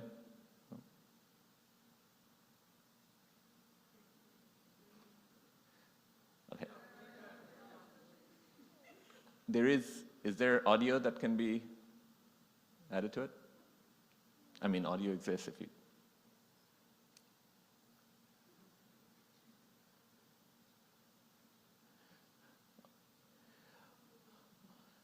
Okay, so these are pictures of the work I've been doing for the past few months. We don't have the audio, so let me just tell you what's going on. So it turns out one of the most cost-effective things you can do to save lives in South Asia today is just like getting people to wear masks, right? And it's been really difficult for us to convince people to wear masks. And so we came up with a model, and we tested it using a sample of about 350,000 people. I know in the Cayman Islands, it sounds like a lot, right? Actually, for any kind of science, that is a lot. Like, for example, that's a randomized control trial, and compared to that, say, Pfizer or Moderna's trial involved about 40,000 people, right? We ran a trial on 350,000 people on masks rather than vaccines, or rather than, say, the Pfizer vaccine. And what we found is that you can, first of all, through a combination of 4 strategies that I'll show you, that's in this picture, right? You can get people to wear masks that persist for the 10 weeks that we track their behavior. So in a treatment area, there's like a tripling of masks relative to control areas, right? Control villages versus treatment villages. And then we've also done seroprevalence surveys, so which is in the treatment areas, after you get people to wear masks, you can collect blood samples and do serosurveys to figure out if there are COVID antibodies, right? To show that there are significant decreases in COVID. And then what that map was showing is that work started in Bangladesh, and we've now scaled it up to hit millions of people in India, Pakistan, Nepal, and Bangladesh. And there's a very impressive NGO I work with in Bangladesh called BRAC, which is the world's largest NGO. And as we speak, they're taking the model and implementing it for about 81 million people. Okay?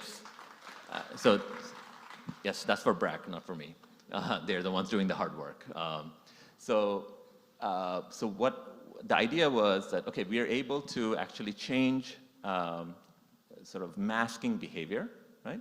And now, and this is exactly the model that we use to change masking behavior. Free door-to-door distribution, along with providing information, and the captain of the cricket team, the prime minister of the country, et cetera, they all recorded nice snippets for us. And then doing secondary distribution in mosques where people are standing shoulder to shoulder, so that's a very dangerous environment. And at markets, and then like intercepting people on the street and reminding them, we distributed a mask, can you please put it on, right? And a little bit of social shaming.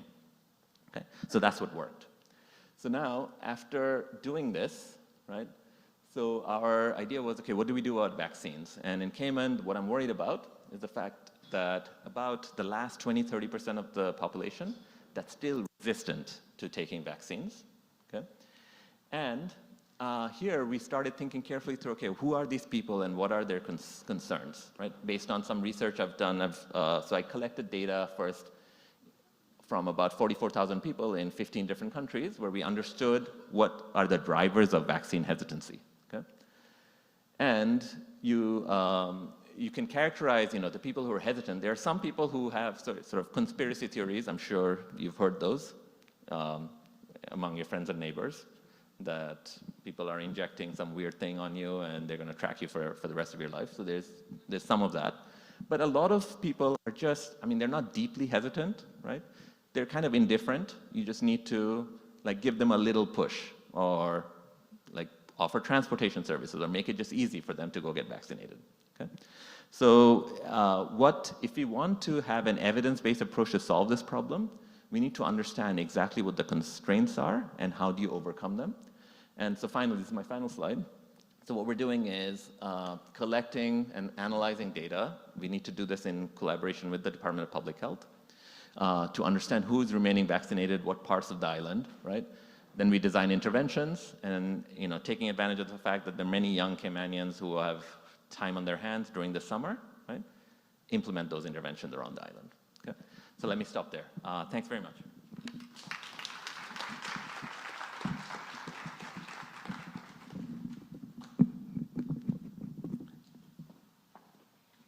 Ladies and gentlemen, thank you so much for being a great audience. We will take a short break. We will be back in our seats by 10:53, 11:53.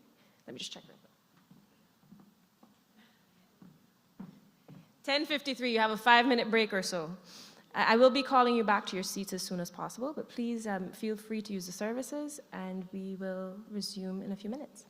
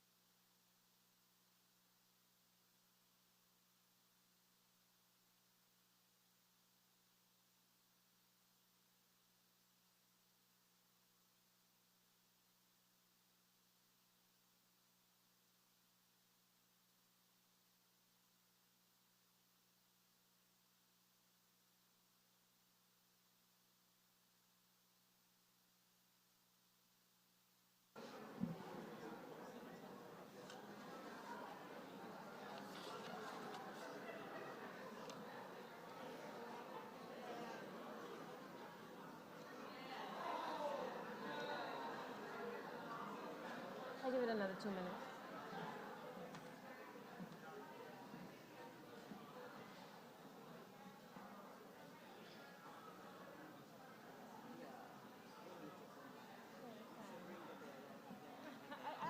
I'll actually do it.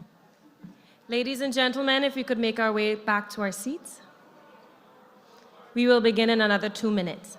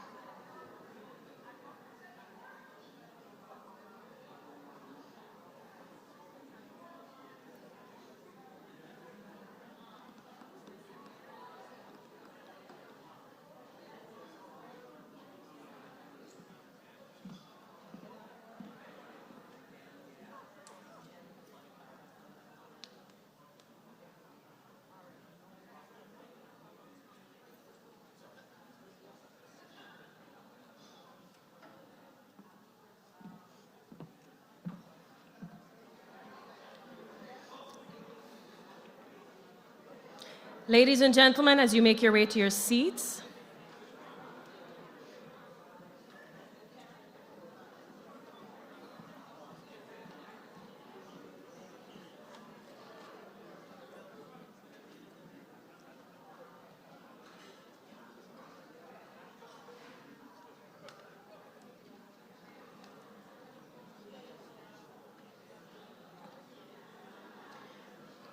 we would like to thank Radio Cayman for their sponsorship of this coffee break.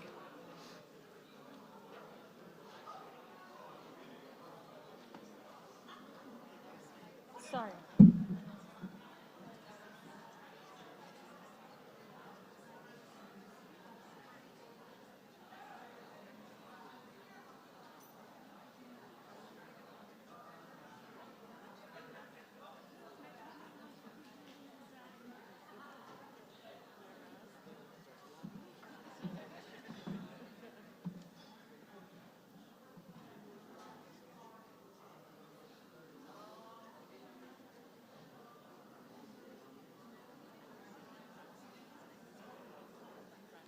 They told me to stop. The sound guys told me to wait. So I'm waiting for them to sound.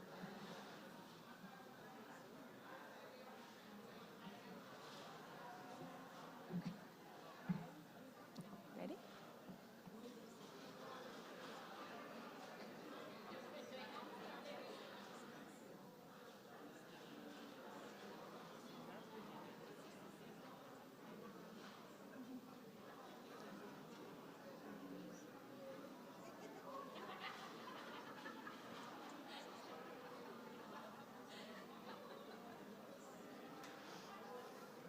For our second session this morning, I will make a quick introduction of all of our speakers.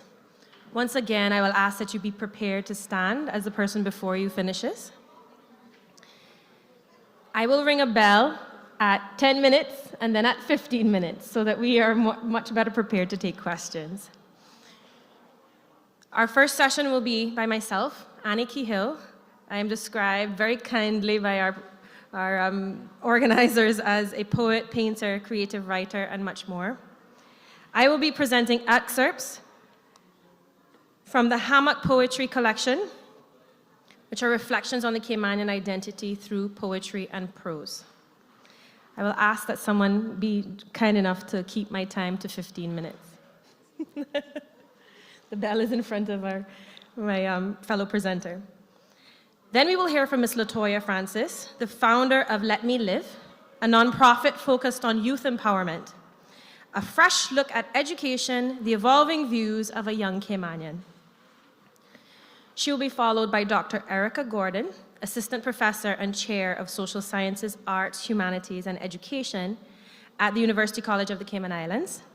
And Dr. Gordon will be presenting on the internationalization of education, implications for small states. Finally, before lunch, we will hear from Dr. Eustache Placide, computer science professor and former chair of the Computer Science and Engineering Department at the University College of the Cayman Islands, who will be joining us via Zoom.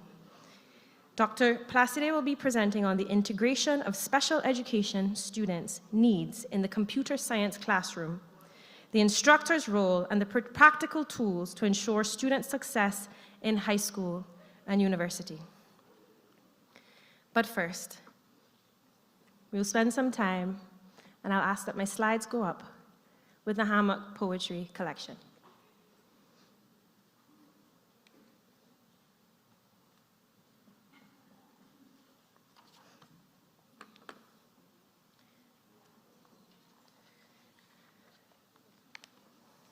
This collection of works was not created for the reading of others. It was born on the steam rising off my morning coffee on the wake of my nighttime dreams. Written for me, by me, perhaps the truest form of self-expression. Now, just be warned, my writing is not devoid of expletives and colorful thoughts. I do not lie to myself, not even in writing, and I will not be editing my sacred private thoughts for you. I am known to myself and to my community as an accomplished professional, a chaotic artist, a hellcat after sunset, and an incorrigible nerd.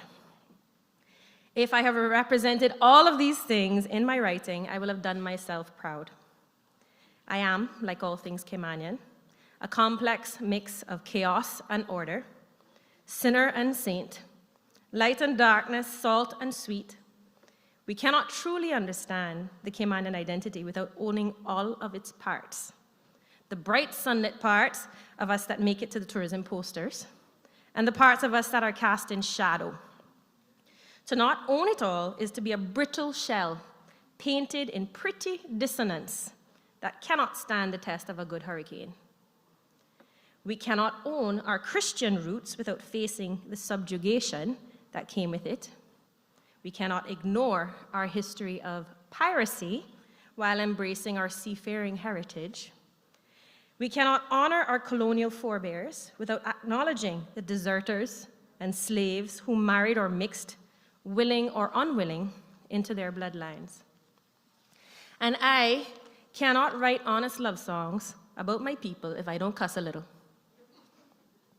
Throughout his works, Mr. Roy Bodden has been the soloist that has begun the conversation, the record-keeping, the music of presenting our identity.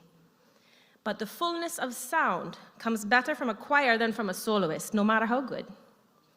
The beauty of the solo is not lost, but made more powerful by the harmony formed around it. The poetry I'm about to share was written between 2007 and 2019. I like to think of it as timeless, a voice of my generation. And I intend to raise another voice together with the beauty of Mr. Tony Walton's photography. Thank you very much to Tony. In the chorus of who we are.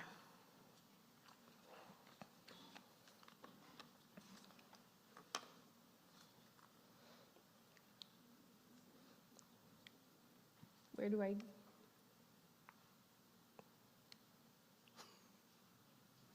Next slide, please.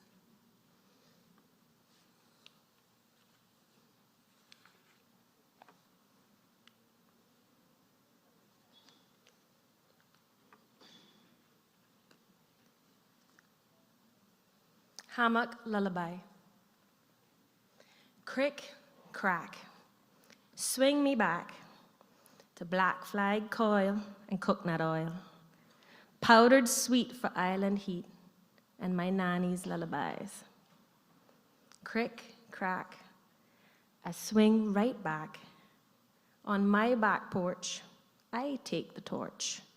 Sing the songs of times long gone till you close your little eyes.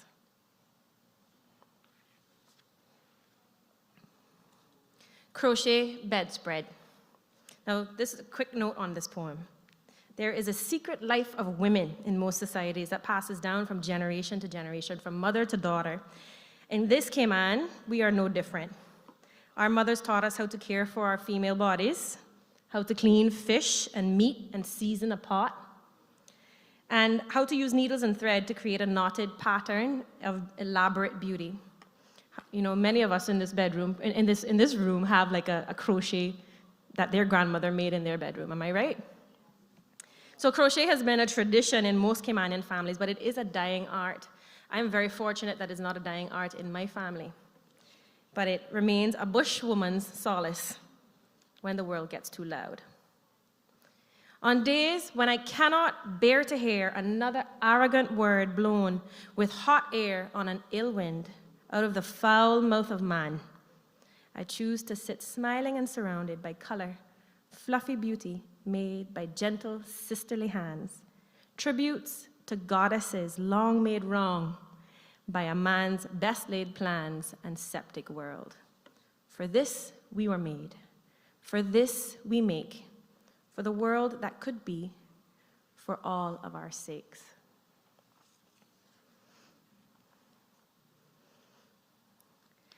Dape water. So dape water is a term that Caymanians give to places of really, really deep water, which we are blessed to be surrounded by. Not all islands have the kind of depths that we have around us, right? But dape water is where the rays of sun refract on the water and make it look bottomless and shallow at the same time. You will never understand a childhood lived waiting for fish to jump, watching every crest for gray, every swell for sharp angles, eyes slicing over water. Sea grape shaded dinner, eyes slowly shut in the swing of a hammock, skin cool salt from morning, winning kingship of the rock. Brought here by pain, not by airplane, we see different things in the mirrors of deep water. God sends messages just for us.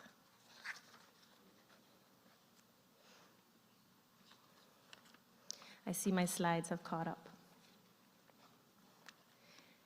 Dear Pa, you are missed every day by those you left behind. Your girls long for your comfort when the world gets so unkind. But Pa, as I look today at what home has become, I am kind of glad you left before the damage here was done. You see, Pa, if you came back today and we were still so poor, there is no way that you could feed your family anymore.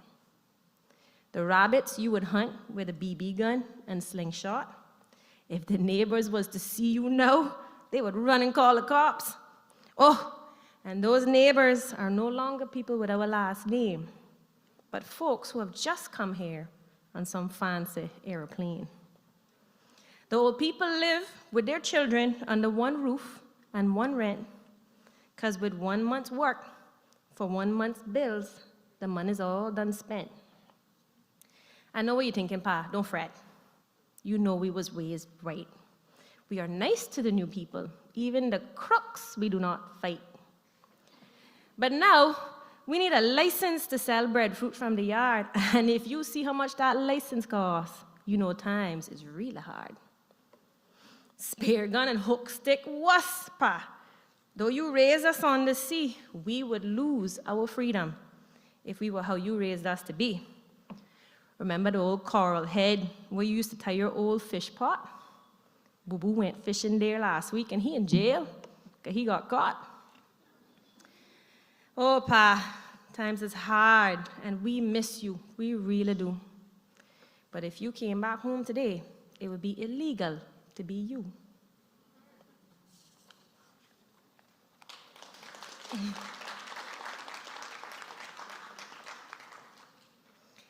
Still I see. People come from far and wide to rest upon this island's pride. They will never see the things that our eyes see. The tree that was before the wall, titans we have seen rise and fall, layer upon layer of timeless memory. Our people fall between the cracks, concrete piled up on their backs, as the ever-present greedy take their rise. But all the buildings on the earth will never change what we are worth, cannot steal the treasure that we see with our own eyes. Still I see. You on the road lay waiting Johns, clothed mostly in the shames you've done. You the girl who shared your party when I left my lunch money home. And you in the dark telling your lies to wigs who don't care if you die. To me, you're the boy who never let me walk home alone. Still I see. You on social services with 3 kids. I see all the good you did to keep your brother's schoolwork up to pace. And you, with your stiff corporate job, I can still see you sit and sob the day your daddy mashed up your mama's face. I still see. What will we or can we be? Seeing things no one can see. Why do we let the blind run our homeland? By faith and by this sight I wait, my people's eyes will guide our fate. Wisdom waits and vision tells us when to stand.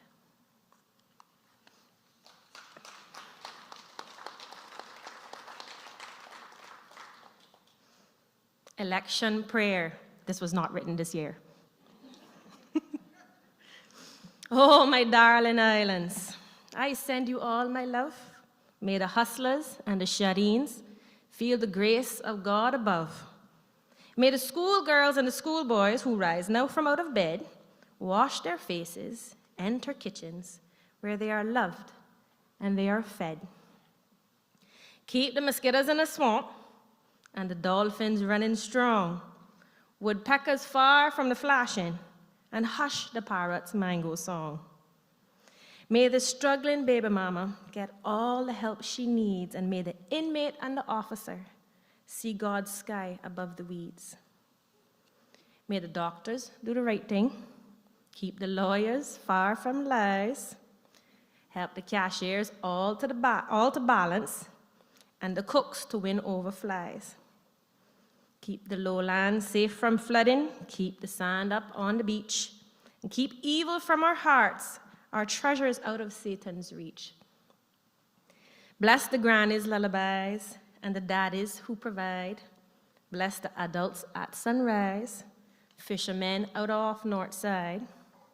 Keep us all in safety, keep our sailors' wits afloat, and may the good Lord's will be done when we all go out to vote.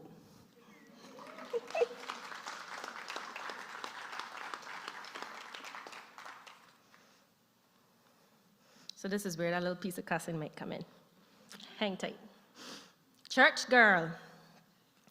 Now find yourself a good church girl who honors 7 times 7. Marry her quick so she won't leave, because she wants to go to heaven. Perhaps a Seventh-day Adventist girl. She'll save her Sabbaths just for you. And even when you tell little white lies, she'll believe them to be true. Or better yet, a Catholic girl. You can laden down with guilt. And every time you do her wrong, she'll confess and be rebuilt. Or better yet, a Catholic girl. A Calvinist will make you feel like you're king of the house. She'll say yours been predestined and be a most submissive spouse. But Anabaptists are the fun ones. In their God-gifted free will, she'll even let you have a drink or two, say grace, and eat your fill. But find a church girl who will love the devil that you chose to be, because the ones who will not take your shit are heathens just like me.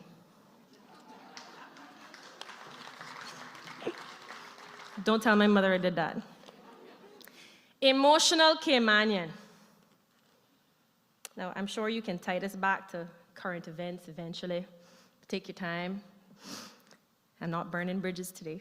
Emotional Caymanian. They call us emotional, as if emotions were not a critical part of a healthy whole, as if to ignore them would ennoble us, not just enable him to leave a bleeding hole.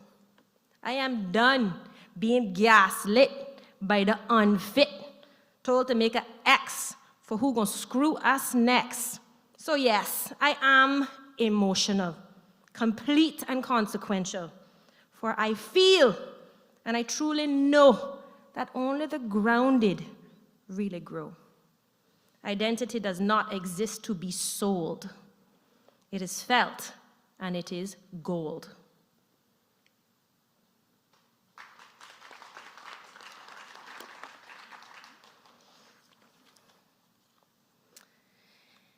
The secret swims in our blood, no one knows but us.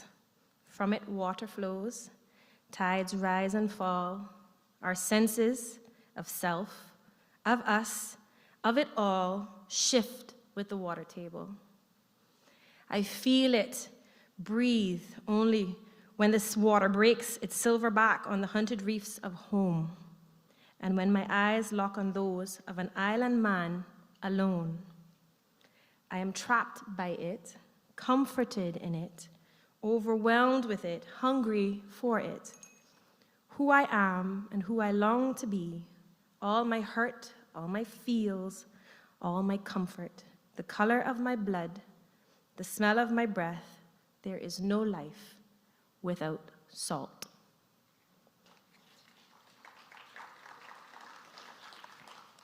Finally, with my last, or after my last minute, this poem is dedicated to Mr. Roy Bodden, a mentor to so many young people, particularly in my generation in Bodden Town. Son of limestone. Test your manhood, know it well. Fling it hard on sea and shore. When you're bested, count it tested. Hold it true and doubt no more. Starched cotton cannot soften. There's no choke in red silk ties. Mont Blanc roller balls, forgotten. Signed initials, corporate lies. When the land has forged you solid and you're baked a agouti brown, only earth and her creator can completely tear you down. So know thyself, young son of limestone. Do not let your mind forget. You're the hero of this story, and you're not finished writing yet. Thank you.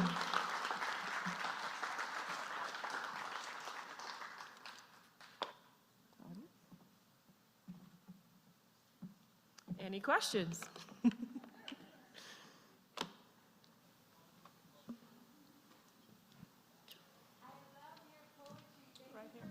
Thank you. I really appreciate it. Do you have any plans for publication?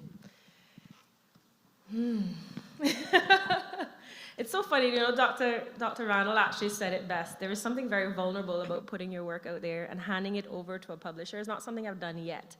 But the two people sitting at the very front of this auditorium have challenged me to make sure that that is done within the next few months. So the answer to that is yes. Thank you. Okay. I hear Mr. Loxley by the Yeah, ditto on the publication, but do you also write music? Ooh. Because some of them are very musically.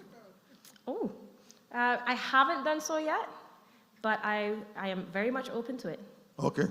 And if I know the voice, I think there's a guitar usually attached to that. So, sir, please feel free to reach out. I just want to say as well that that was very beautiful. It really moved me emotionally. I'm all about the youth, and I just wanted to know, I guess my only question would be going forward, perhaps into the next school year, if you have any plans to perhaps introduce yourself to the public schools, the high schools. Ooh. I don't have plans at the moment, but I've actually been in and out of the public schools ever since I graduated from the system. but I'm very much open to it.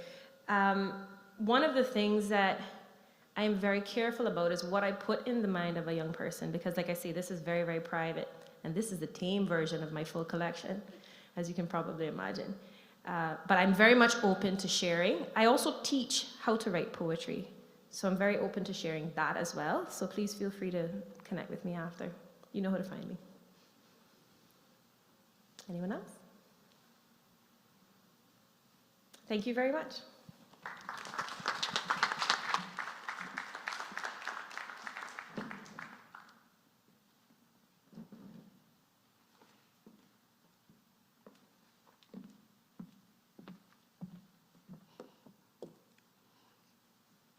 Good morning, everyone.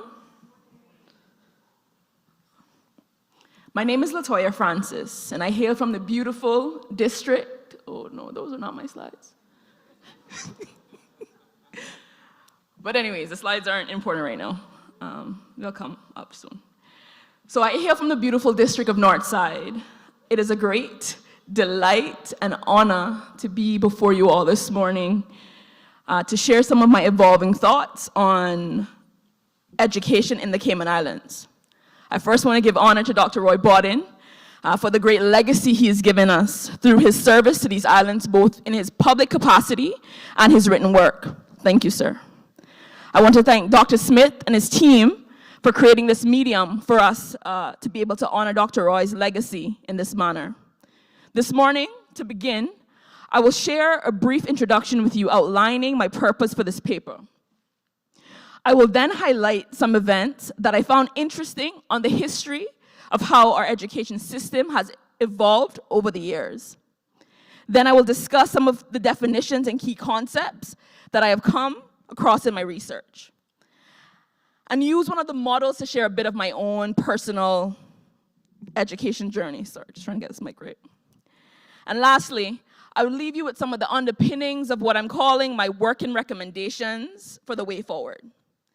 So just to be clear, my goal this morning isn't to share crystallized academic conclusions. This morning, I hope to share with you some of my thoughts that I've evolved as I've done some research. And over the last few years, I feel like education has become very personal to me. And my passion is combining the principles of academia with personal stories and struggles to make a practical difference. So we're gonna start by looking at, for time, I'm gonna go to the history of education.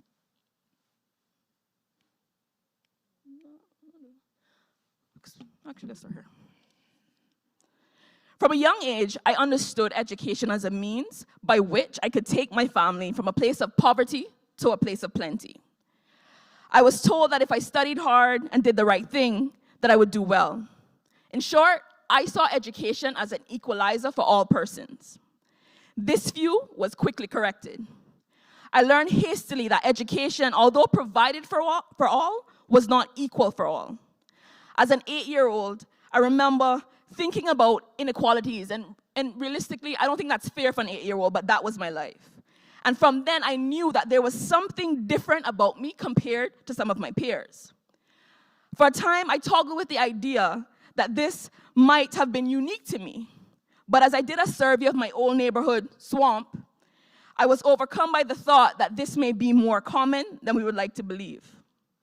I think it's imperative that we as a people fully understand where we came from and be cognizant of what it will take to transport us to where we need to go.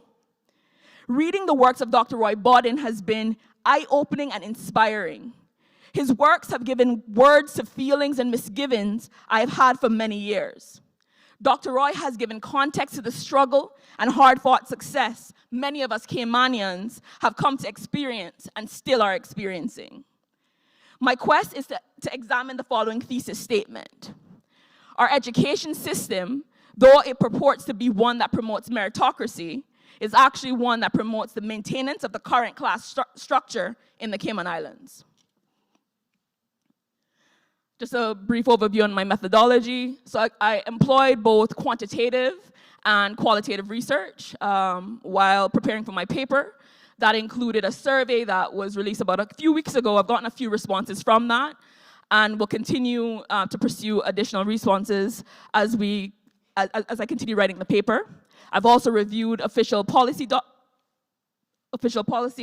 literature and government publications on education. I've looked at the local statistical data available from the ESO. There's plans to do some key informant interviews as well.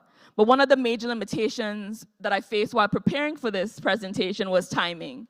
So the data that I'm sharing here, the thoughts that I'm sharing here this morning, I want to just caveat that they should be seen as preliminary and the beginning of my research process. My finished paper will provide a more context and also show more exploration of the topic. Let's look at a brief look at our history.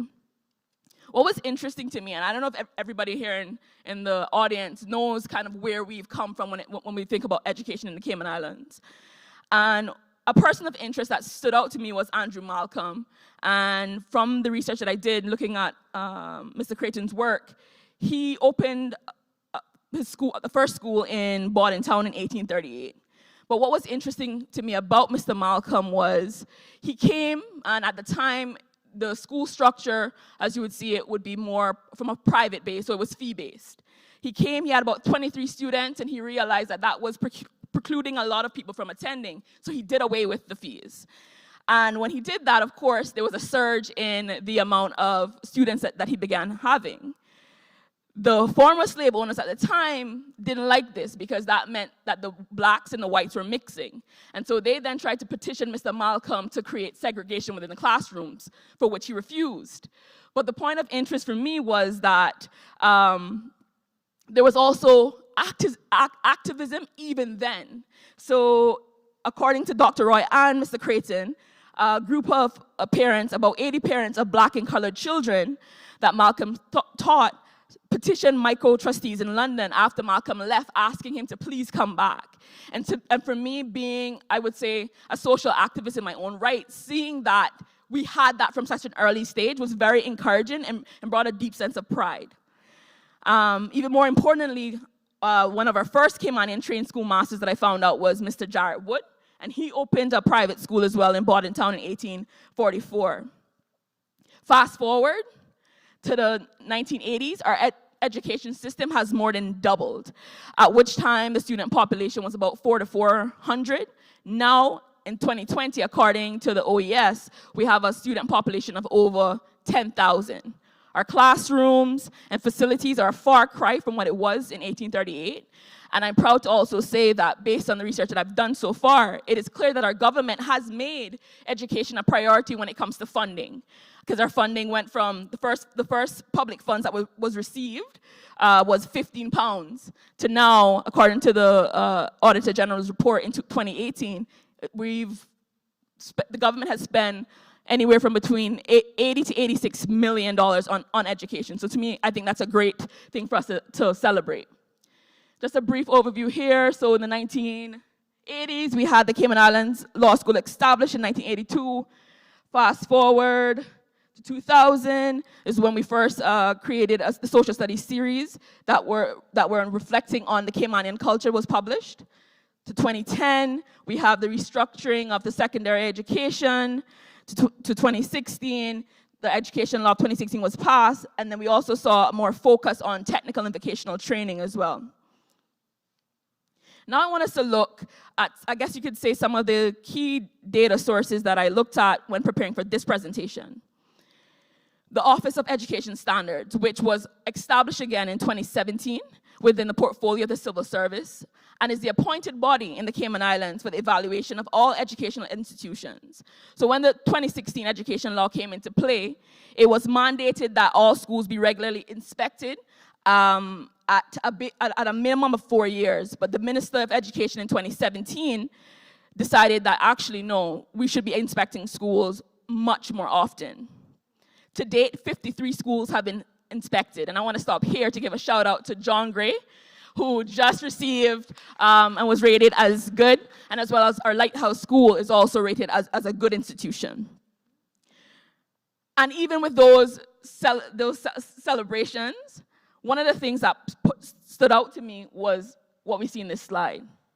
So according to the inspection data for 2020, if I am to read this slide correctly, based on the last column, percentage of Caymanians, currently less than 1% of Caymanians attend a school rated as excellent.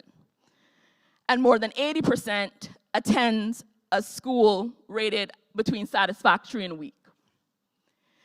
The total number of students based on this report is said to be about 10,638. So that means over 6,000 students are currently receiving an average education. And I believe that this should matter for anyone living in the Cayman Islands, and particularly for Caymanians. In a recent conversation with a group of students from varying backgrounds who attend both public and private schools, when asked what types of schools they think gives them better opportunities for success, over 80% stated that they felt that they had better chances of success if they were in a private school setting. This is knowing that their parents could never afford to send them there. The Auditor General's report. So when I looked at the Auditor General's report, the thing that stood out to me the most was when you look at the percentage of students achieving at expected levels, it showed that less than 50% of students in public high schools were achieving their expected levels, and for primary schools, we had only 3 schools that have 50% or more students achieving at the expected level. Why does this matter? I believe this takes us to, or took me on this personal journey to examining this idea of how our education system, based on how it's currently set up, may be perpetuating the social inequalities that we see on a day-to-day basis. And I want to be very clear. I know that we're not, our local context isn't like the US or the UK, but I still think that given our small community, it is something that we need to look at, right? So when I looked at social inequality, I took Dr. Roy's statement that he made in his book, Cayman in Transition, and I'm going to quote what he said. Social class structure and color distinctions have been an indelible cornerstone of the Caymanian society since its inception. It is through this lens that I think we need to honestly look at our education system to see if it's indeed perpetuating the issue or if our education system is actively fighting to do away with these distinctions. Some of the key concepts and definitions that I will be using in my paper include examining a definition of the class structure in the Cayman Islands, defining meritocracy, and finally, when we speak of social inequality, how does this apply to our current local context? I must caveat that these definitions and concepts, although informed by research, in this presentation will be considered as working concepts and definitions to continue research as I continue research and finalizing my paper to bring a more fuller approach to the subject.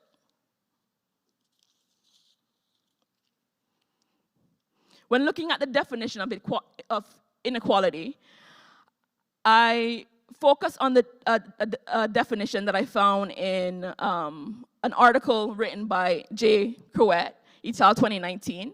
And in this article, when speaking of social inequality as it relates to the education system, they refer to the concept of categorical inequality. And this is the idea that institutions manufacture institutional categories such as welfare recipient, inmate, gifted, entrepreneur that are used to funnel individuals into institutional tracks that profoundly shape their access to positions in a stratified society. When examining the topic of social inequality, research shows that those who are identified to be in a lower class of society, when it comes to education, they tend to struggle or have challenges for the following reason. 2 words: cultural capital. This means that students from more advantaged backgrounds enter schools more prepared and ahead of their peers because their environment prepares them for it. To examine whether or not our education system perpetuates social inequality in our community, I think we need to keep this in mind. I'm just gonna share some brief, it's not on my slides, but some brief responses that I got from the surveys that I did. So far I got back 28 responses, and of those 28 responses, these were what people said. So when asked, how much does your school value diversity of children's background, 35% answered in the middle, stating a little bit or some. And again, I think a question like this, there's more discussion, more investigation that can be done around breaking that down further into specific areas such as backgrounds, ethnicity, wealth, and even culture. This other statistic stood out to me.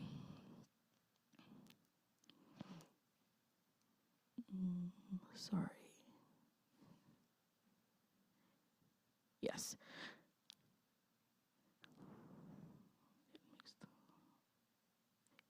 "75% stated that they knew what was required of them to attain a high grading class. And in the same vein, when asked if they believe that everyone can meet these requirements to achieve at a higher level, 61% said no. When asked what they needed to achieve a higher level of success, students responded saying they needed more mentorship. 43% said more mentorship, 32% said more study support. So going to my experience, so let's go back. So I'm gonna try to tell you quickly a little bit of my background and how this model, it's called the Identities and Context Model of Educational Inequalities, is applied to social class, and this is by Eastbrook et al. 2019.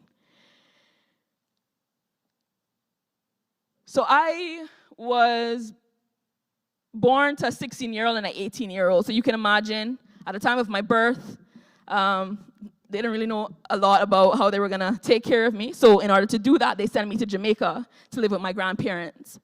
And when I went to Jamaica, I was there for a few years. I knew when I was in Jamaica that there was something different about me within that context, but it was purely just because the children there knew I looked like them, but they knew based on my family in the small village that we lived in that I was a Caymanian. So I was treated a little bit differently. But it wasn't until I came back to Cayman and was brought into the public school system here, that I believe I had a very traumatic experience that followed me up until last year, where therapy helped me to get over that. So in Jamaica, I went to their preschool setting is called basic school. I went to basic school in Jamaica and came here to do from year 1 onwards. And I remember going through primary school here, and again, living in Swamp, it was clear that there was something different. More so just because, you see your friend, you go to school, you see your friends with nice things, and you're wondering, okay, this person has this person has that. But I think what I want to bring out here is the trauma that I experienced that helped to looking at this model, talking about the local educational context. When we talk about class-based social identities, I think when I was in primary school here, we had a Rotaract spelling bee. And I remember I was called to an office, and we went in there with a group of students, and we spelled the words. And I believe I did well. I feel like I spelled those words very, very well. But I was told to stay back. And when I stayed back in the office, there was a conversation had with the young me, basically reminding me of where I'm from, and saying to me, basically in no short sense of what I'm saying, that I wasn't going to be anything in life. Why try? And to be clear, I tell this story not from the position of a victim. I tell this story from the position of the victor. And I hold no hard grudges against whoever has said that to me. But that one experience followed me through my educational journey. So here I was, I had teachers who were advocating for me in this primary school setting, and even at the point where I knew in some points their job may be in jeopardy because they were advocating for me. Nevertheless, it helped to reinforce this idea that why try? Why try to aspire when you get to the end of the chart here? Why try to do anything great? Fast forward, I would say 2013, I came back from school in the US, did pretty well, was very involved in extracurricular activities, came back, started working back at DMS, but then I felt that there was something more, because when I was away, I was exposed to the Clinton Global Initiative, where I will never forget her, Katie. She went to University of Toronto, so while we were at this mixer with students from all of these top universities in the world, in the US, she said to me, she's like, Latoya, why are you doing accounting? You should be doing public policy. And I was like, wait, what's public policy? But because of my class, based social identity, I had no idea what was public policy. I looked at what, based on society said, you had to either be an accountant or a lawyer to be anybody in life. So then I decided to follow Katie's advice, look at, social policy universities. When I did that, again, typed into Google, top universities in Europe for public policy. I was like, all right, I'm gonna try my hand at it. I applied to schools in Germany, the UK, and including Scotland. And one program also including an LLM. I got into all of those programs. The LSE took the longest to come back. But when it did come back, my manager at the time, Mr. Richard Harrison, I remember him and Cara Hennessy just going, and for context, Rich is from the UK, Cara is from Ireland. And they just went off. They were like in a celebratory type of environment. And at this point, I was like, well, I just picked the top school. It's all right. He's like, no, Latoya, you don't understand what's happening here. Fast forward, actually get to the LSE in 2013. I find myself surrounded by leaders of students who are being groomed to be the next leaders of their countries. In my year, there was also a prince from Saudi Arabia. But the black girl from Swamp felt so out of place, I had to do therapy at the LSE. Because I could not believe that I deserved to be there. So when I look at, as I'm writing this paper talking about social inequality, again, it's not to bash our education system, but my goal is to ensure that all young Caymanians have the opportunity to do the things that God has created them to do.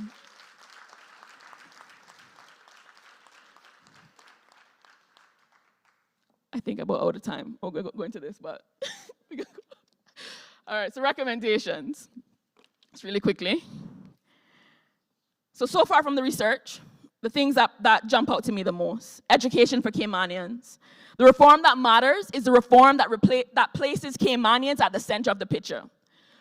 Our education system needs to move away from the assembly line approach of education where we're just manufacturing employees and move to create a world-class education system that create problem solvers, not only for our community, but for the world over. For us to get a full view of the effect of policies being implemented, we need to become more vigorous about the way that we pursue and use data. Our policies should not change based on who is in office. Education should be off limits to political ploys. Data should drive policy decisions. The Auditor General report in 2018 pointed out that as a country, what was found was that we lacked sufficient long-term plan for education. Success is at the same meeting that planning and preparation attends. As we continue to evolve as a people, our outlook widens. We must ensure that our education policies honestly examine and take into consideration the class structures and the inequalities that come with it. Dr. Bodden says, education still remains, at least in theory, the sine qua non for people of color to achieve upward mobility and parity. And I believe that our education system can do that if we're willing to take an honest look at it. When we look at symbiotic relationships, and thank you, Dr. Bodden, for really bringing that out for me in the Cayman in Transition book. Dr. Roy says, my thesis is that, wrapping it up, origins notwithstanding, the success and future of the Cayman Islands lie in the ability to maintain synergistic and symbiotic relationships between established Caymanians and their expatriate status holding counterparts. I contend that the relationship between the education system and the community is one that will determine the future of what and who is considered as Caymanian. And this will assist with our abilities to quickly identify inequalities when they arise and seek solutions for wholeness. Let's work together, both private and public, to create an academic culture that allows our students to thrive academically, vocationally, and empowering them to pursue their God-given talents. That highlight the best of us. Wrapping it up, I promise. Aniki. highlight the best of us.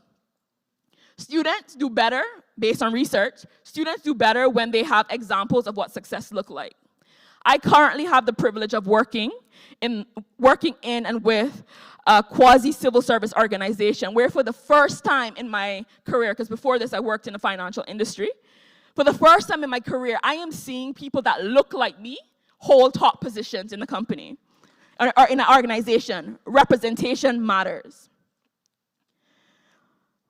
Let's not reinvent the wheel, let's start early. The only school to receive an excellent grade was a private school provider. And kudos to them.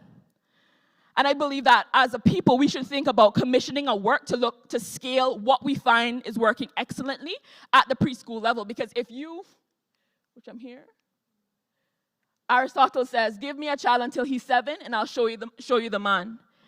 So currently what these inspection reports have shown us is that someone is doing it here and they're doing it well. Why can't us as a people decide and take that and extrapolate that across the community? Because the fact is, going back to this slide, when you look at the costs for private early childhood education, the average Caymanian can't afford that. So my suggestion is that we take a good look at that. And finally, the goal of these findings and suggestions is not to create a wider chasm between the haves and the have-nots, or a rift between those who can or who cannot afford private school education. The goal of this examination is to truly examine what it would mean to have a symbiotic relationship that is mutually beneficial to all parties involved. I want to critically examine how policy can be better informed by data around the societal and cultural factors which research has shown to promote social inequalities. One of my favorite rappers, Wretch32, recently said in a tweet, "Us adults, every time we point the finger, we're missing the point. It takes a village to raise a child. Be conscious of the part you play in that village. In our country, our people are the largest natural resource, and it is imperative that the future of our youth be the forefront of our minds.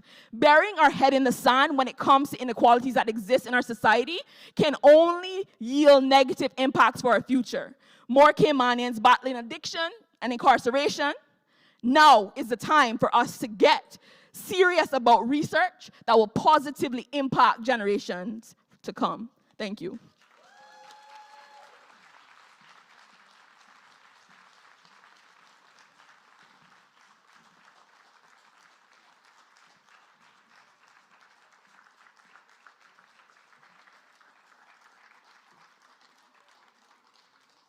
Good morning, everyone. I was telling LaToya before we came up that if she, the young Caymanian, is going to be speaking about education, then probably I could just come up and say ditto ditto and take my seat. But I don't think Dr. Liv would forgive me. So here goes. So I'm looking at the internationalization of education and the implications for small states. Believe it or not, I share similarities with Mr. Bodden. You may not guess at first glance, but it is true. And it is on one of these similarities that I will anchor this presentation. We both attended the MICO Teacher Training College in Jamaica, which shaped us as educators. I guess that's where the similarity ends. My lexicon is not as expansive. I never served, and I dare say I will not serve, as a government minister with responsibility for education, principal, nor president of UCCI. I remember one conversation we had in the hallways of the B block when Mr. Bodden was teaching Caymanian history. And he told me that when he was a principal, he thought to himself that it would be a good thing to become a politician because then he would be able to influence and implement policies to ensure the growth and development of Caymanian students. Alas, he had a rude awakening. You can read about all of that in From Guardhouse to the Glass House. Okay, so, slideshow, please. So now, many years later, as Latoya just pointed out to you, we as a society still grapple with some of the issues that prevent students from reaching their full potential and compare positively with their international counterparts. True, there have been strides, especially in secondary education, but there are still struggles. So the theme of this symposium is timely, and the placement of it at this juncture in our history is also timely.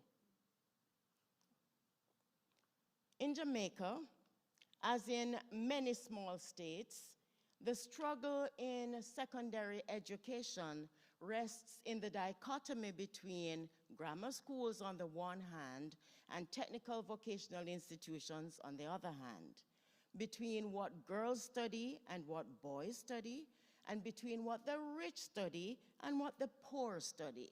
This duality started from the pre-emancipation era. In Cayman, as Latoya pointed out, I told you I could say ditto, the divide is between government and private schools. The vast majority of private schools are owned by churches. So again, that's another aspect of the difference with the education system here in Cayman. In 2018, Mockenfuss pointed out that 40% of Cayman's children attend the private schools that are here. Here is another aspect of the duality. The government schools cater primarily for Caymanians and some children of government workers, while the private schools cater primarily for the children of expatriates. Of course, some Caymanians also attend the private schools. The dichotomy in Cayman is further divided among those schools that use the British curriculum, those that use the US curriculum, and those that do a combination of US and CXC, UK and CXC curriculum. Additionally, as happened in the past when Mr. Bodden went off to Michael, in current society, after finishing secondary school, graduates go off to Canada, the UK, and the US. The best and brightest Caymanians are offered scholarships to pursue education abroad. Bodden in 2007 asserts that from 1970, ICCI, quote, sought to prepare Caymanians for the changing world, though there were cultural imperialists who argued that an American tertiary education was inferior to the one gained in UK universities. Now, the same song is being sung. When we compare what happens with graduates from ICCI and UCCI, many Caymanians are saying the education that the students could get abroad is not comparable because we are not accredited by international bodies. So here are the big questions. Slide 4.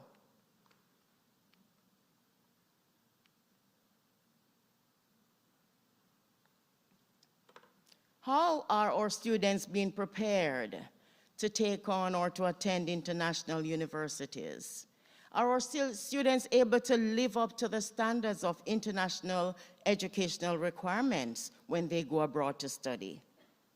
Do students from small states enjoy the same measure of success as their counterparts from developed nations? Perhaps you, the audience, or the Scholarship Secretariat, or the Department of Education, or the Ministry of Education, or the Caymanian employers can better answer these questions. In fact, I want to suggest that Cayman, though due to size and population may be considered as a small state, it is not your typical small state.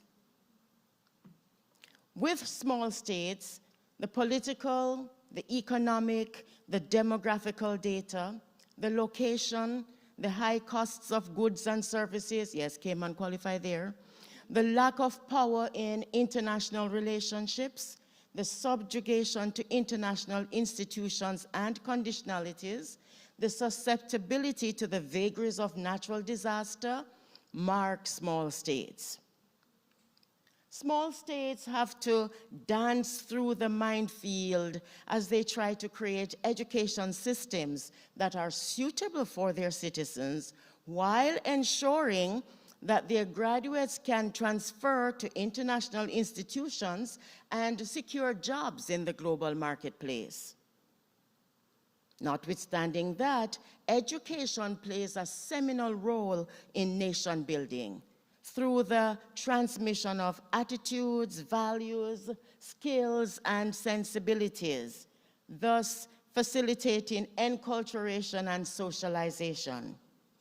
Invariably, in small societies, curricula are designed to ensure that students acquire knowledge that is applicable to various local contexts while maintaining the status quo and preserving society's interests, values, and mores. However, because of the demands of globalization, small states have had to adapt or adopt and implement foreign curricula, negating the national needs because they want to ensure transferability of credentials, and they want to court multinational corporations to establish businesses in their countries. In fact, in many cases, education systems are dictated by international money lending agencies like the World Bank and IMF, you can ask Jamaica about that, and multinational corporations. This brings us to the whole issue of globalization. So globalization is that system which insists that everything is borderless, interconnected, interdependent, and education systems and certification must be fashioned to ensure acceptance internationally.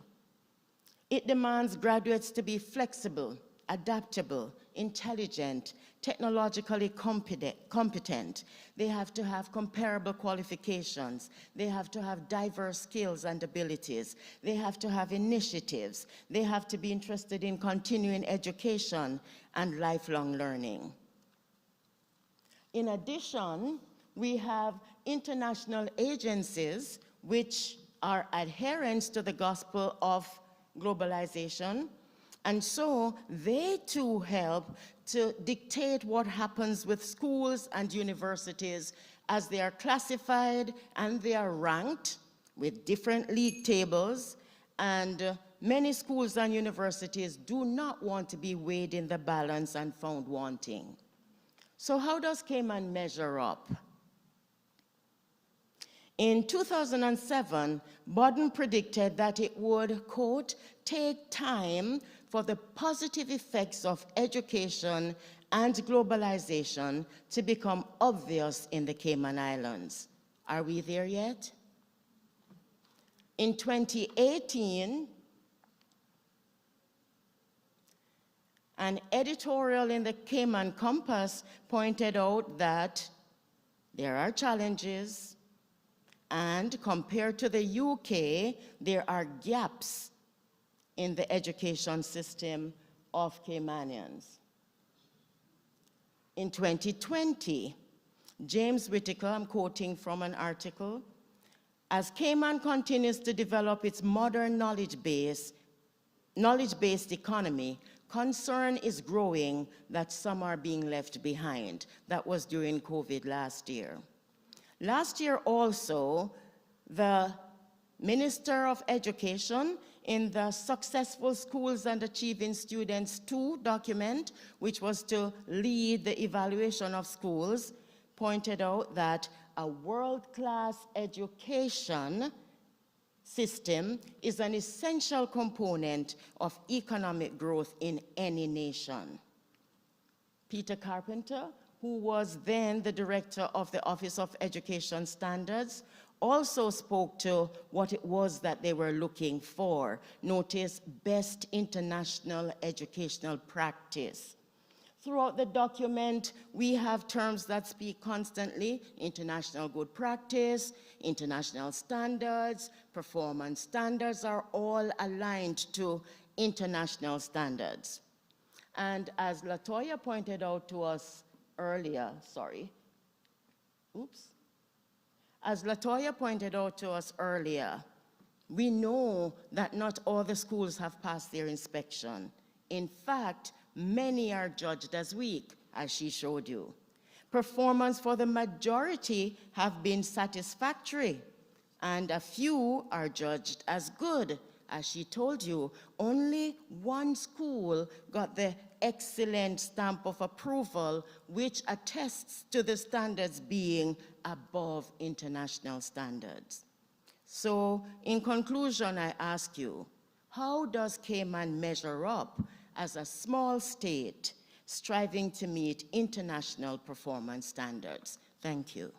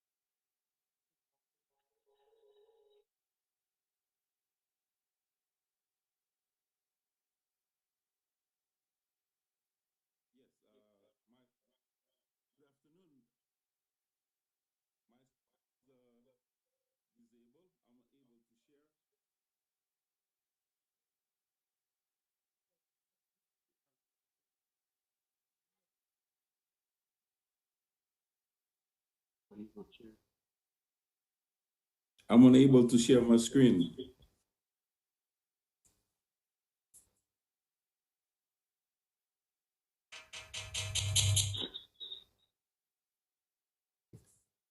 Good afternoon, everyone. While they're working on disable my screen,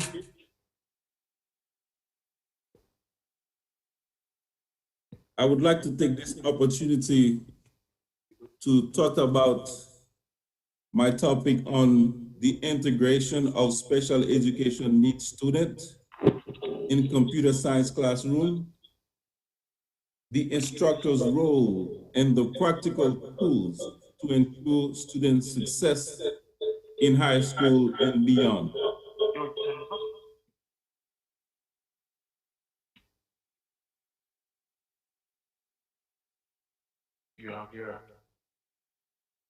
Is my presentation on the screen?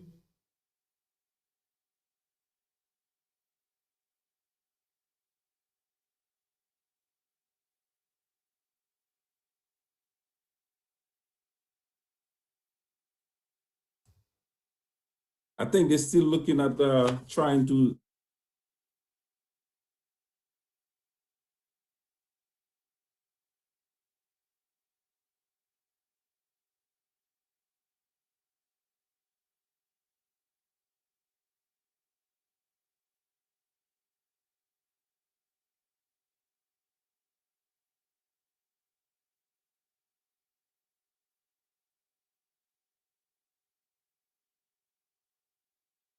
I would like to offer my sincere appreciation and gratitude to President Emeritus Mr. Roy Bodden. Mr. Bodden, in all of his writings, whether in the Cayman Island in transition, the patronage, personality and parties, and certainly in front of God House to the Glass House. He speaks to the need for education to be a tool to achieve equality. In his work from God House to Glass House, he documents his own experience of using education as a means of upward social mobility. As president of the University College of the Cayman Islands, he made it a duty to find ways to assist the vulnerable achieve their goal. Further, I would like to thank Dr. Livingston Smith, former VP and Provost for UCCI, my colleagues, and my UCCI student. The background of my study, I really wanted to look at the integration of special education needs students in the computer science classroom. Because of the increasing number of special needs students in the mainstream academic, I believe that government, employers, and educational institution leaders' engagement are considered a significant challenge. The struggle for special education needs students continue to stay competitive in the mainstream classroom may cause student frustration and lead to failure. Government, employers, and educational leaders have key roles in advancing special education needs students' success. Ensure persons with disability have a quality education in the most appropriate inclusive setting and access to lifelong learning. This is one of the goals set by the Cayman Island Disability Policy 2013 to 2033. A need exists to create more strategies to enforce employer, institution engagement, inclusion of special tools, which in turn may increase special education students. The study provided the efficacy of integration tools to improve the academic performance of a special education needs student in computer science courses, and it suggested widespread implementation in general classroom.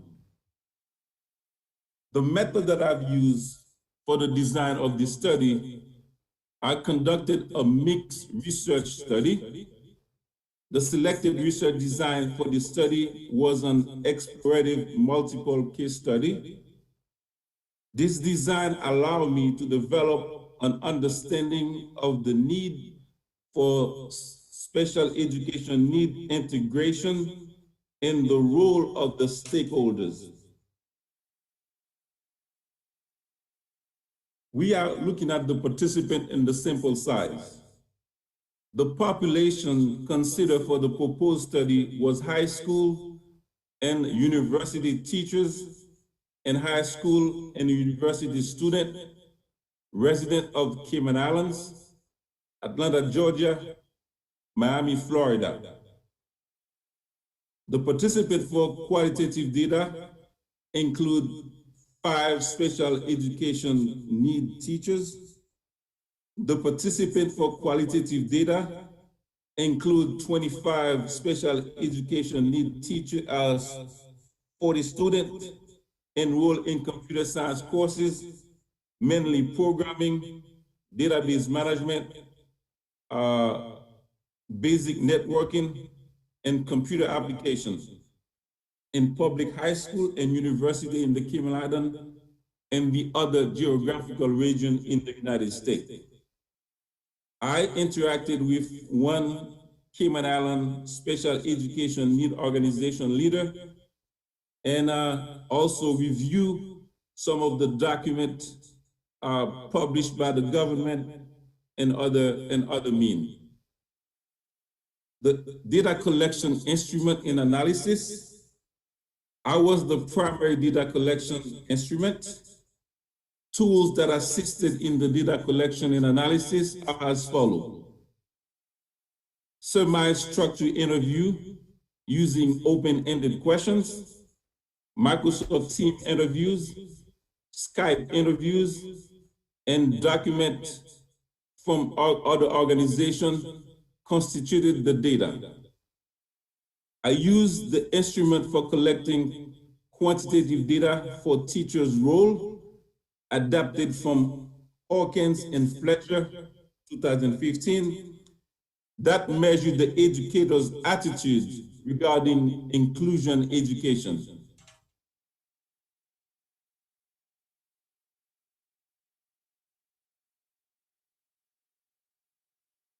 I have been asked to start my video at this point, trying to share my screen again.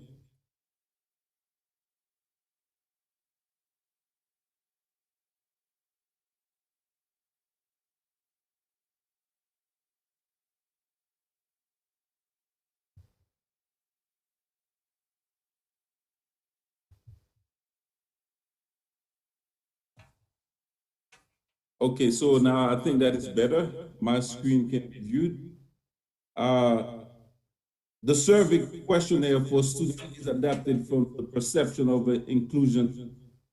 And I also had some direct observation, and I use SPSS and the actual coding in vivo to analyze the data.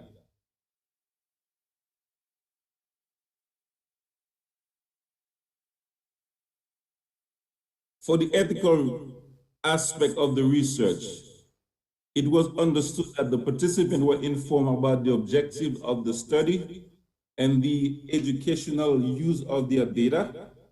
They were ensured that they will remain anonymous and they can withdraw from the study at any time at their convenience.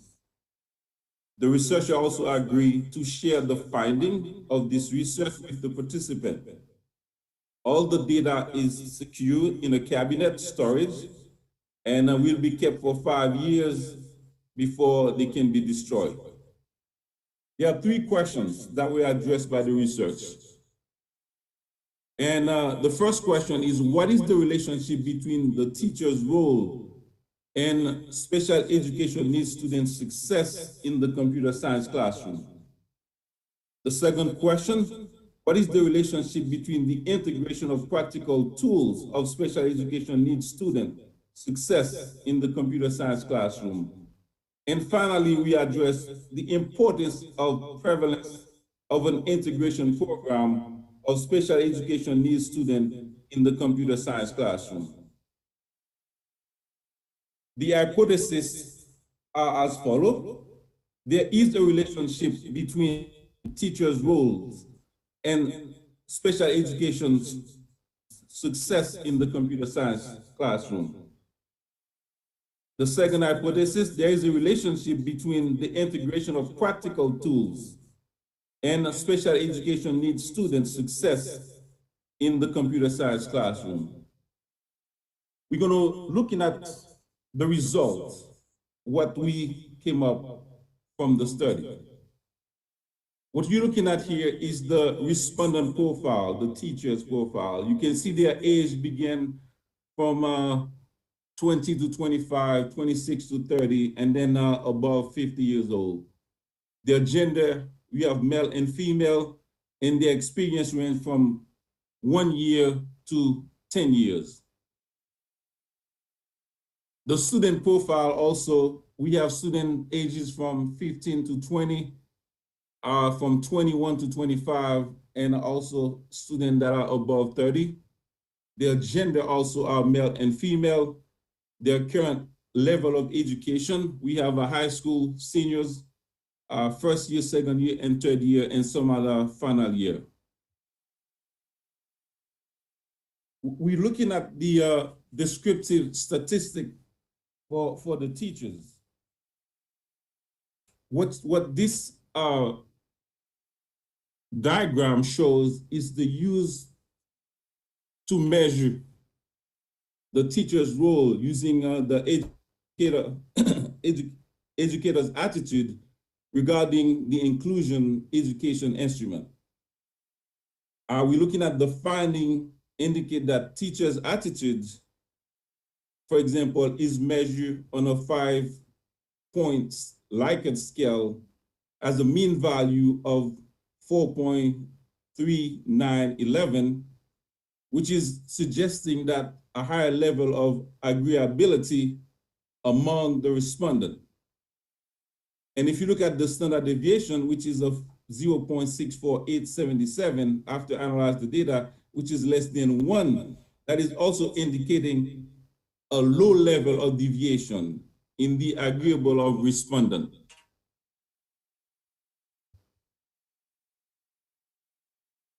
The current slide, we show the descriptive statistic for measuring integration tools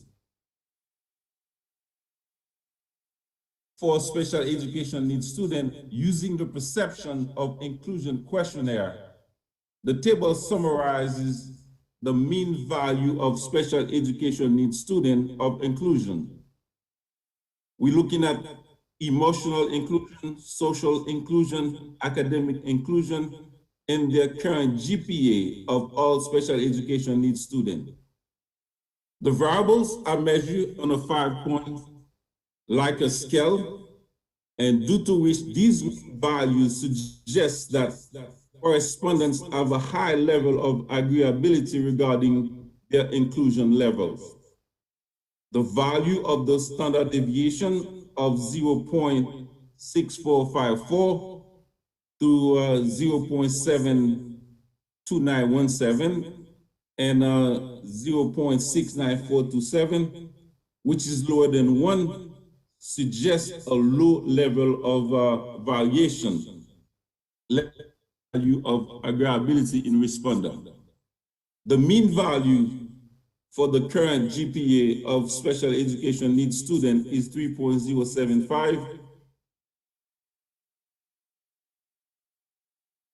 In computer courses, and the special education needs student is 0.2069, suggests a lower level of student with GPA in deviation from the average. The next slide shows the reliability analysis educators. And the table summarizes the acceptance of the instrument in measuring assigned variable. We look at the Cronbach Apple Alpha, where use, which is a way to measure, used to access the reliability of internal consistency of a set of scale or test of item.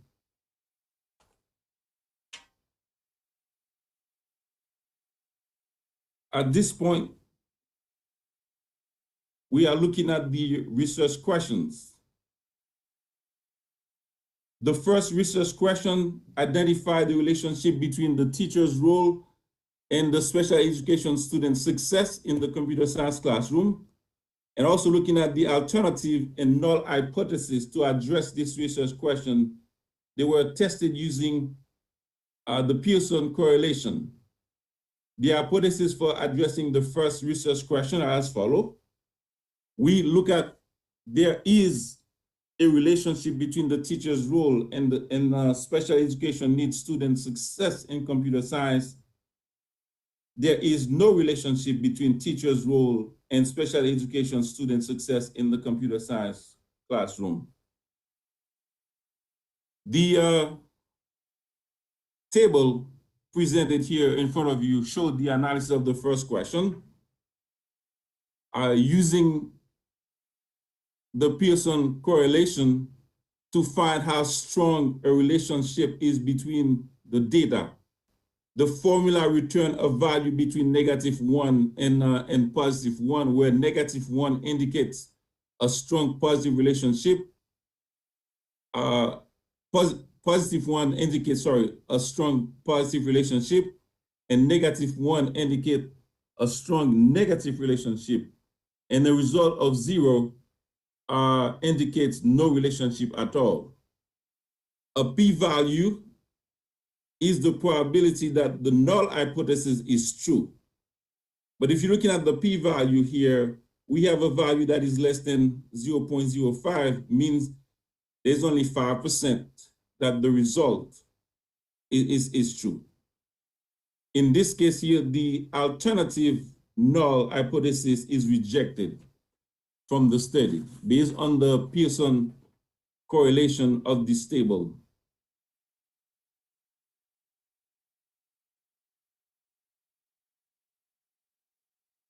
The second question, also look at the hypothesis of the second question, where there's a relationship between the integration of practical tools of a special education needs students' success in the computer science classroom. And the alternative, there is no relationship between the integration of special tools of special needs students in computer science. That hypothesis was rejected.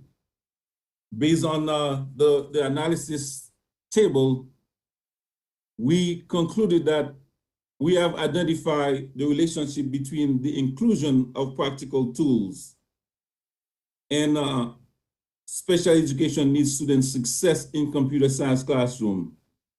Pearson correlation is used to examine the alternative null hypothesis. The finding further indicate a p-value of 0.00 and the R value equal to 0.0780 that you look at under the student GPA. And for emotional inclusion, the variable for social inclusion and student GPA and with the R value indicate positive association between these variables. The academic inclusion and student GPA indicate the p-value of 0.0 with a 0.69 as the R value suggested a significant positive association. Therefore, these findings lead to accepting and reject the second hypothesis. Third, the finding indicate the integration plays a prominent role in increasing self-esteem and social support of special education students. The implementation and integration of tools help students effectively communicate with their peers and teachers and remain highly motivated during their learning process. The integration tools in the academic institution make special education students perceive higher institutional support to help them address their learning. These findings are also supported by several writers that provide evidence regarding the direct association between integration tools and special education needs student perception of academic institution support for education. The teachers have indicated that students become independent in meeting their learning objectives. We've empowered them to participate effectively in classroom activities, resulting in improved learning outcome. These findings are consistent with Isam et al., which suggests the effectiveness of student empowerment by implementing assistive integration role tools to enable integration information technology courses. We have some challenge that we face as instructors or institutions. Teachers lack professional training to accommodate special education needs students in the classroom. One thing we're finding out, we have students in our classroom with special needs. We are not informed of their special needs, so therefore we don't know how to address them. The lack of administrative support reduces their ability to implement integration tools. In order for teachers to be successful at helping or getting the special needs student to succeed, the administration must provide the necessary resources needed for this to happen. The lack of financial resources, tools, special tools to help support special needs students require financing. They must be provided the financial resources to acquire those equipment. Academic institutions must take proactive measures to implement integration tools. It is my belief that faculty should be informed ahead of time of who is coming into their class so they can suggest the tools required to assist those students. Allocating resources and providing adequate training to teachers, staff to increase the degree of integration of special education needs students. When we start looking at technology, we start looking at different tools. Some teachers will require training, so therefore the academic institution must provide those training, those technical training that are required for them. The findings from the study of NASHAM 2018 support the notion as lack of institutional support and financial resources are a significant hindrance of special education needs students at some institutions. And I think a lot of us probably could testify to that. Therefore, academic institutions should implement inclusive education policies while allocating adequate resources to ensure their effectiveness. The government official and education leaders should also ensure that teachers' training program include curriculum for special education needs students to present graduating teachers with the necessary skills to implement inclusive education practice. It is apparent that if a curriculum is designed for regular students, and if we integrate special education needs students there, therefore we have to revamp that curriculum to ensure that it meets their needs and their satisfaction. Allocate resources to train teachers, staff, and empower them to take proactive measures to identify student learning needs. Be non-resistant to the inclusion education in computer science courses in school and university, which require the implementation of integration tools to integrate students. Provide financial resources and also provide incentive to industry partners to recruit qualified special education needs students. These are some of the tools that we have used. Pairing special student need with non-special education in group. Allocate resources to train them. We're looking at audio players and recorder as integrated tools for special education needs students, which can assist them with hearing disability and learning capability. We have software in artificial intelligence and expert system that can be used to assist special needs students in the classroom. We can record lectures for them to be able to play later on. We have students who are unable to write properly. We have special software designed to assist them with their writing. Students who are unable to use, to speak, for example, we can use text-to-speech or speech-to-text software to help them succeed. We have an augmented reality, which is artificial intelligence system that provide Google Learning for those students with social and learning disability. They can use those software to help them interact not only with their peer, their teacher, and with their learning in the computer science classroom. We also have Live Scribe that can assist special education needs students with learning disability to read text independently and understand information to achieve their learning needs.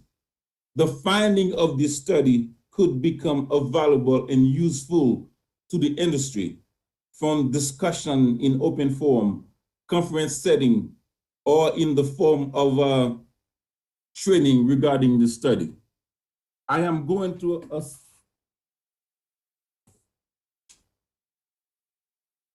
I want to try to quote what Latoya Francis said earlier when she speak about education should not change based on who is in office. Data should be the driving force when it comes to changes in education. As educators, I think we have to take an honest look at special education needs students in the Cayman Islands and act accordingly to ensure that they are provided with the proper training and the right tools to succeed. We must monitor the academic services provided by institutions to special education needs students. We must ensure that all special education needs students reach their full potential. And we must do all, and we all must do our best to ensure their success. I, as an instructor, struggle with the idea of having special needs students in my class and not in a position to fully assist them. Even though you're giving them additional time, office hours, you sit with them, there's a missing link. The missing link is the practical tools that we need to help them succeed.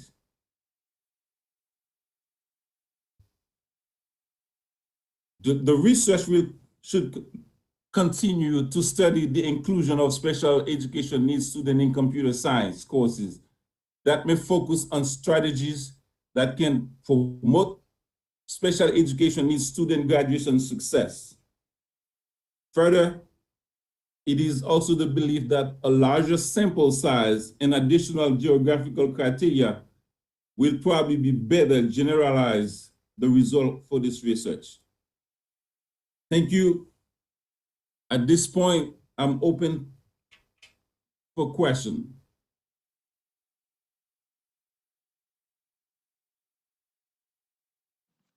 Ladies and gentlemen, good afternoon.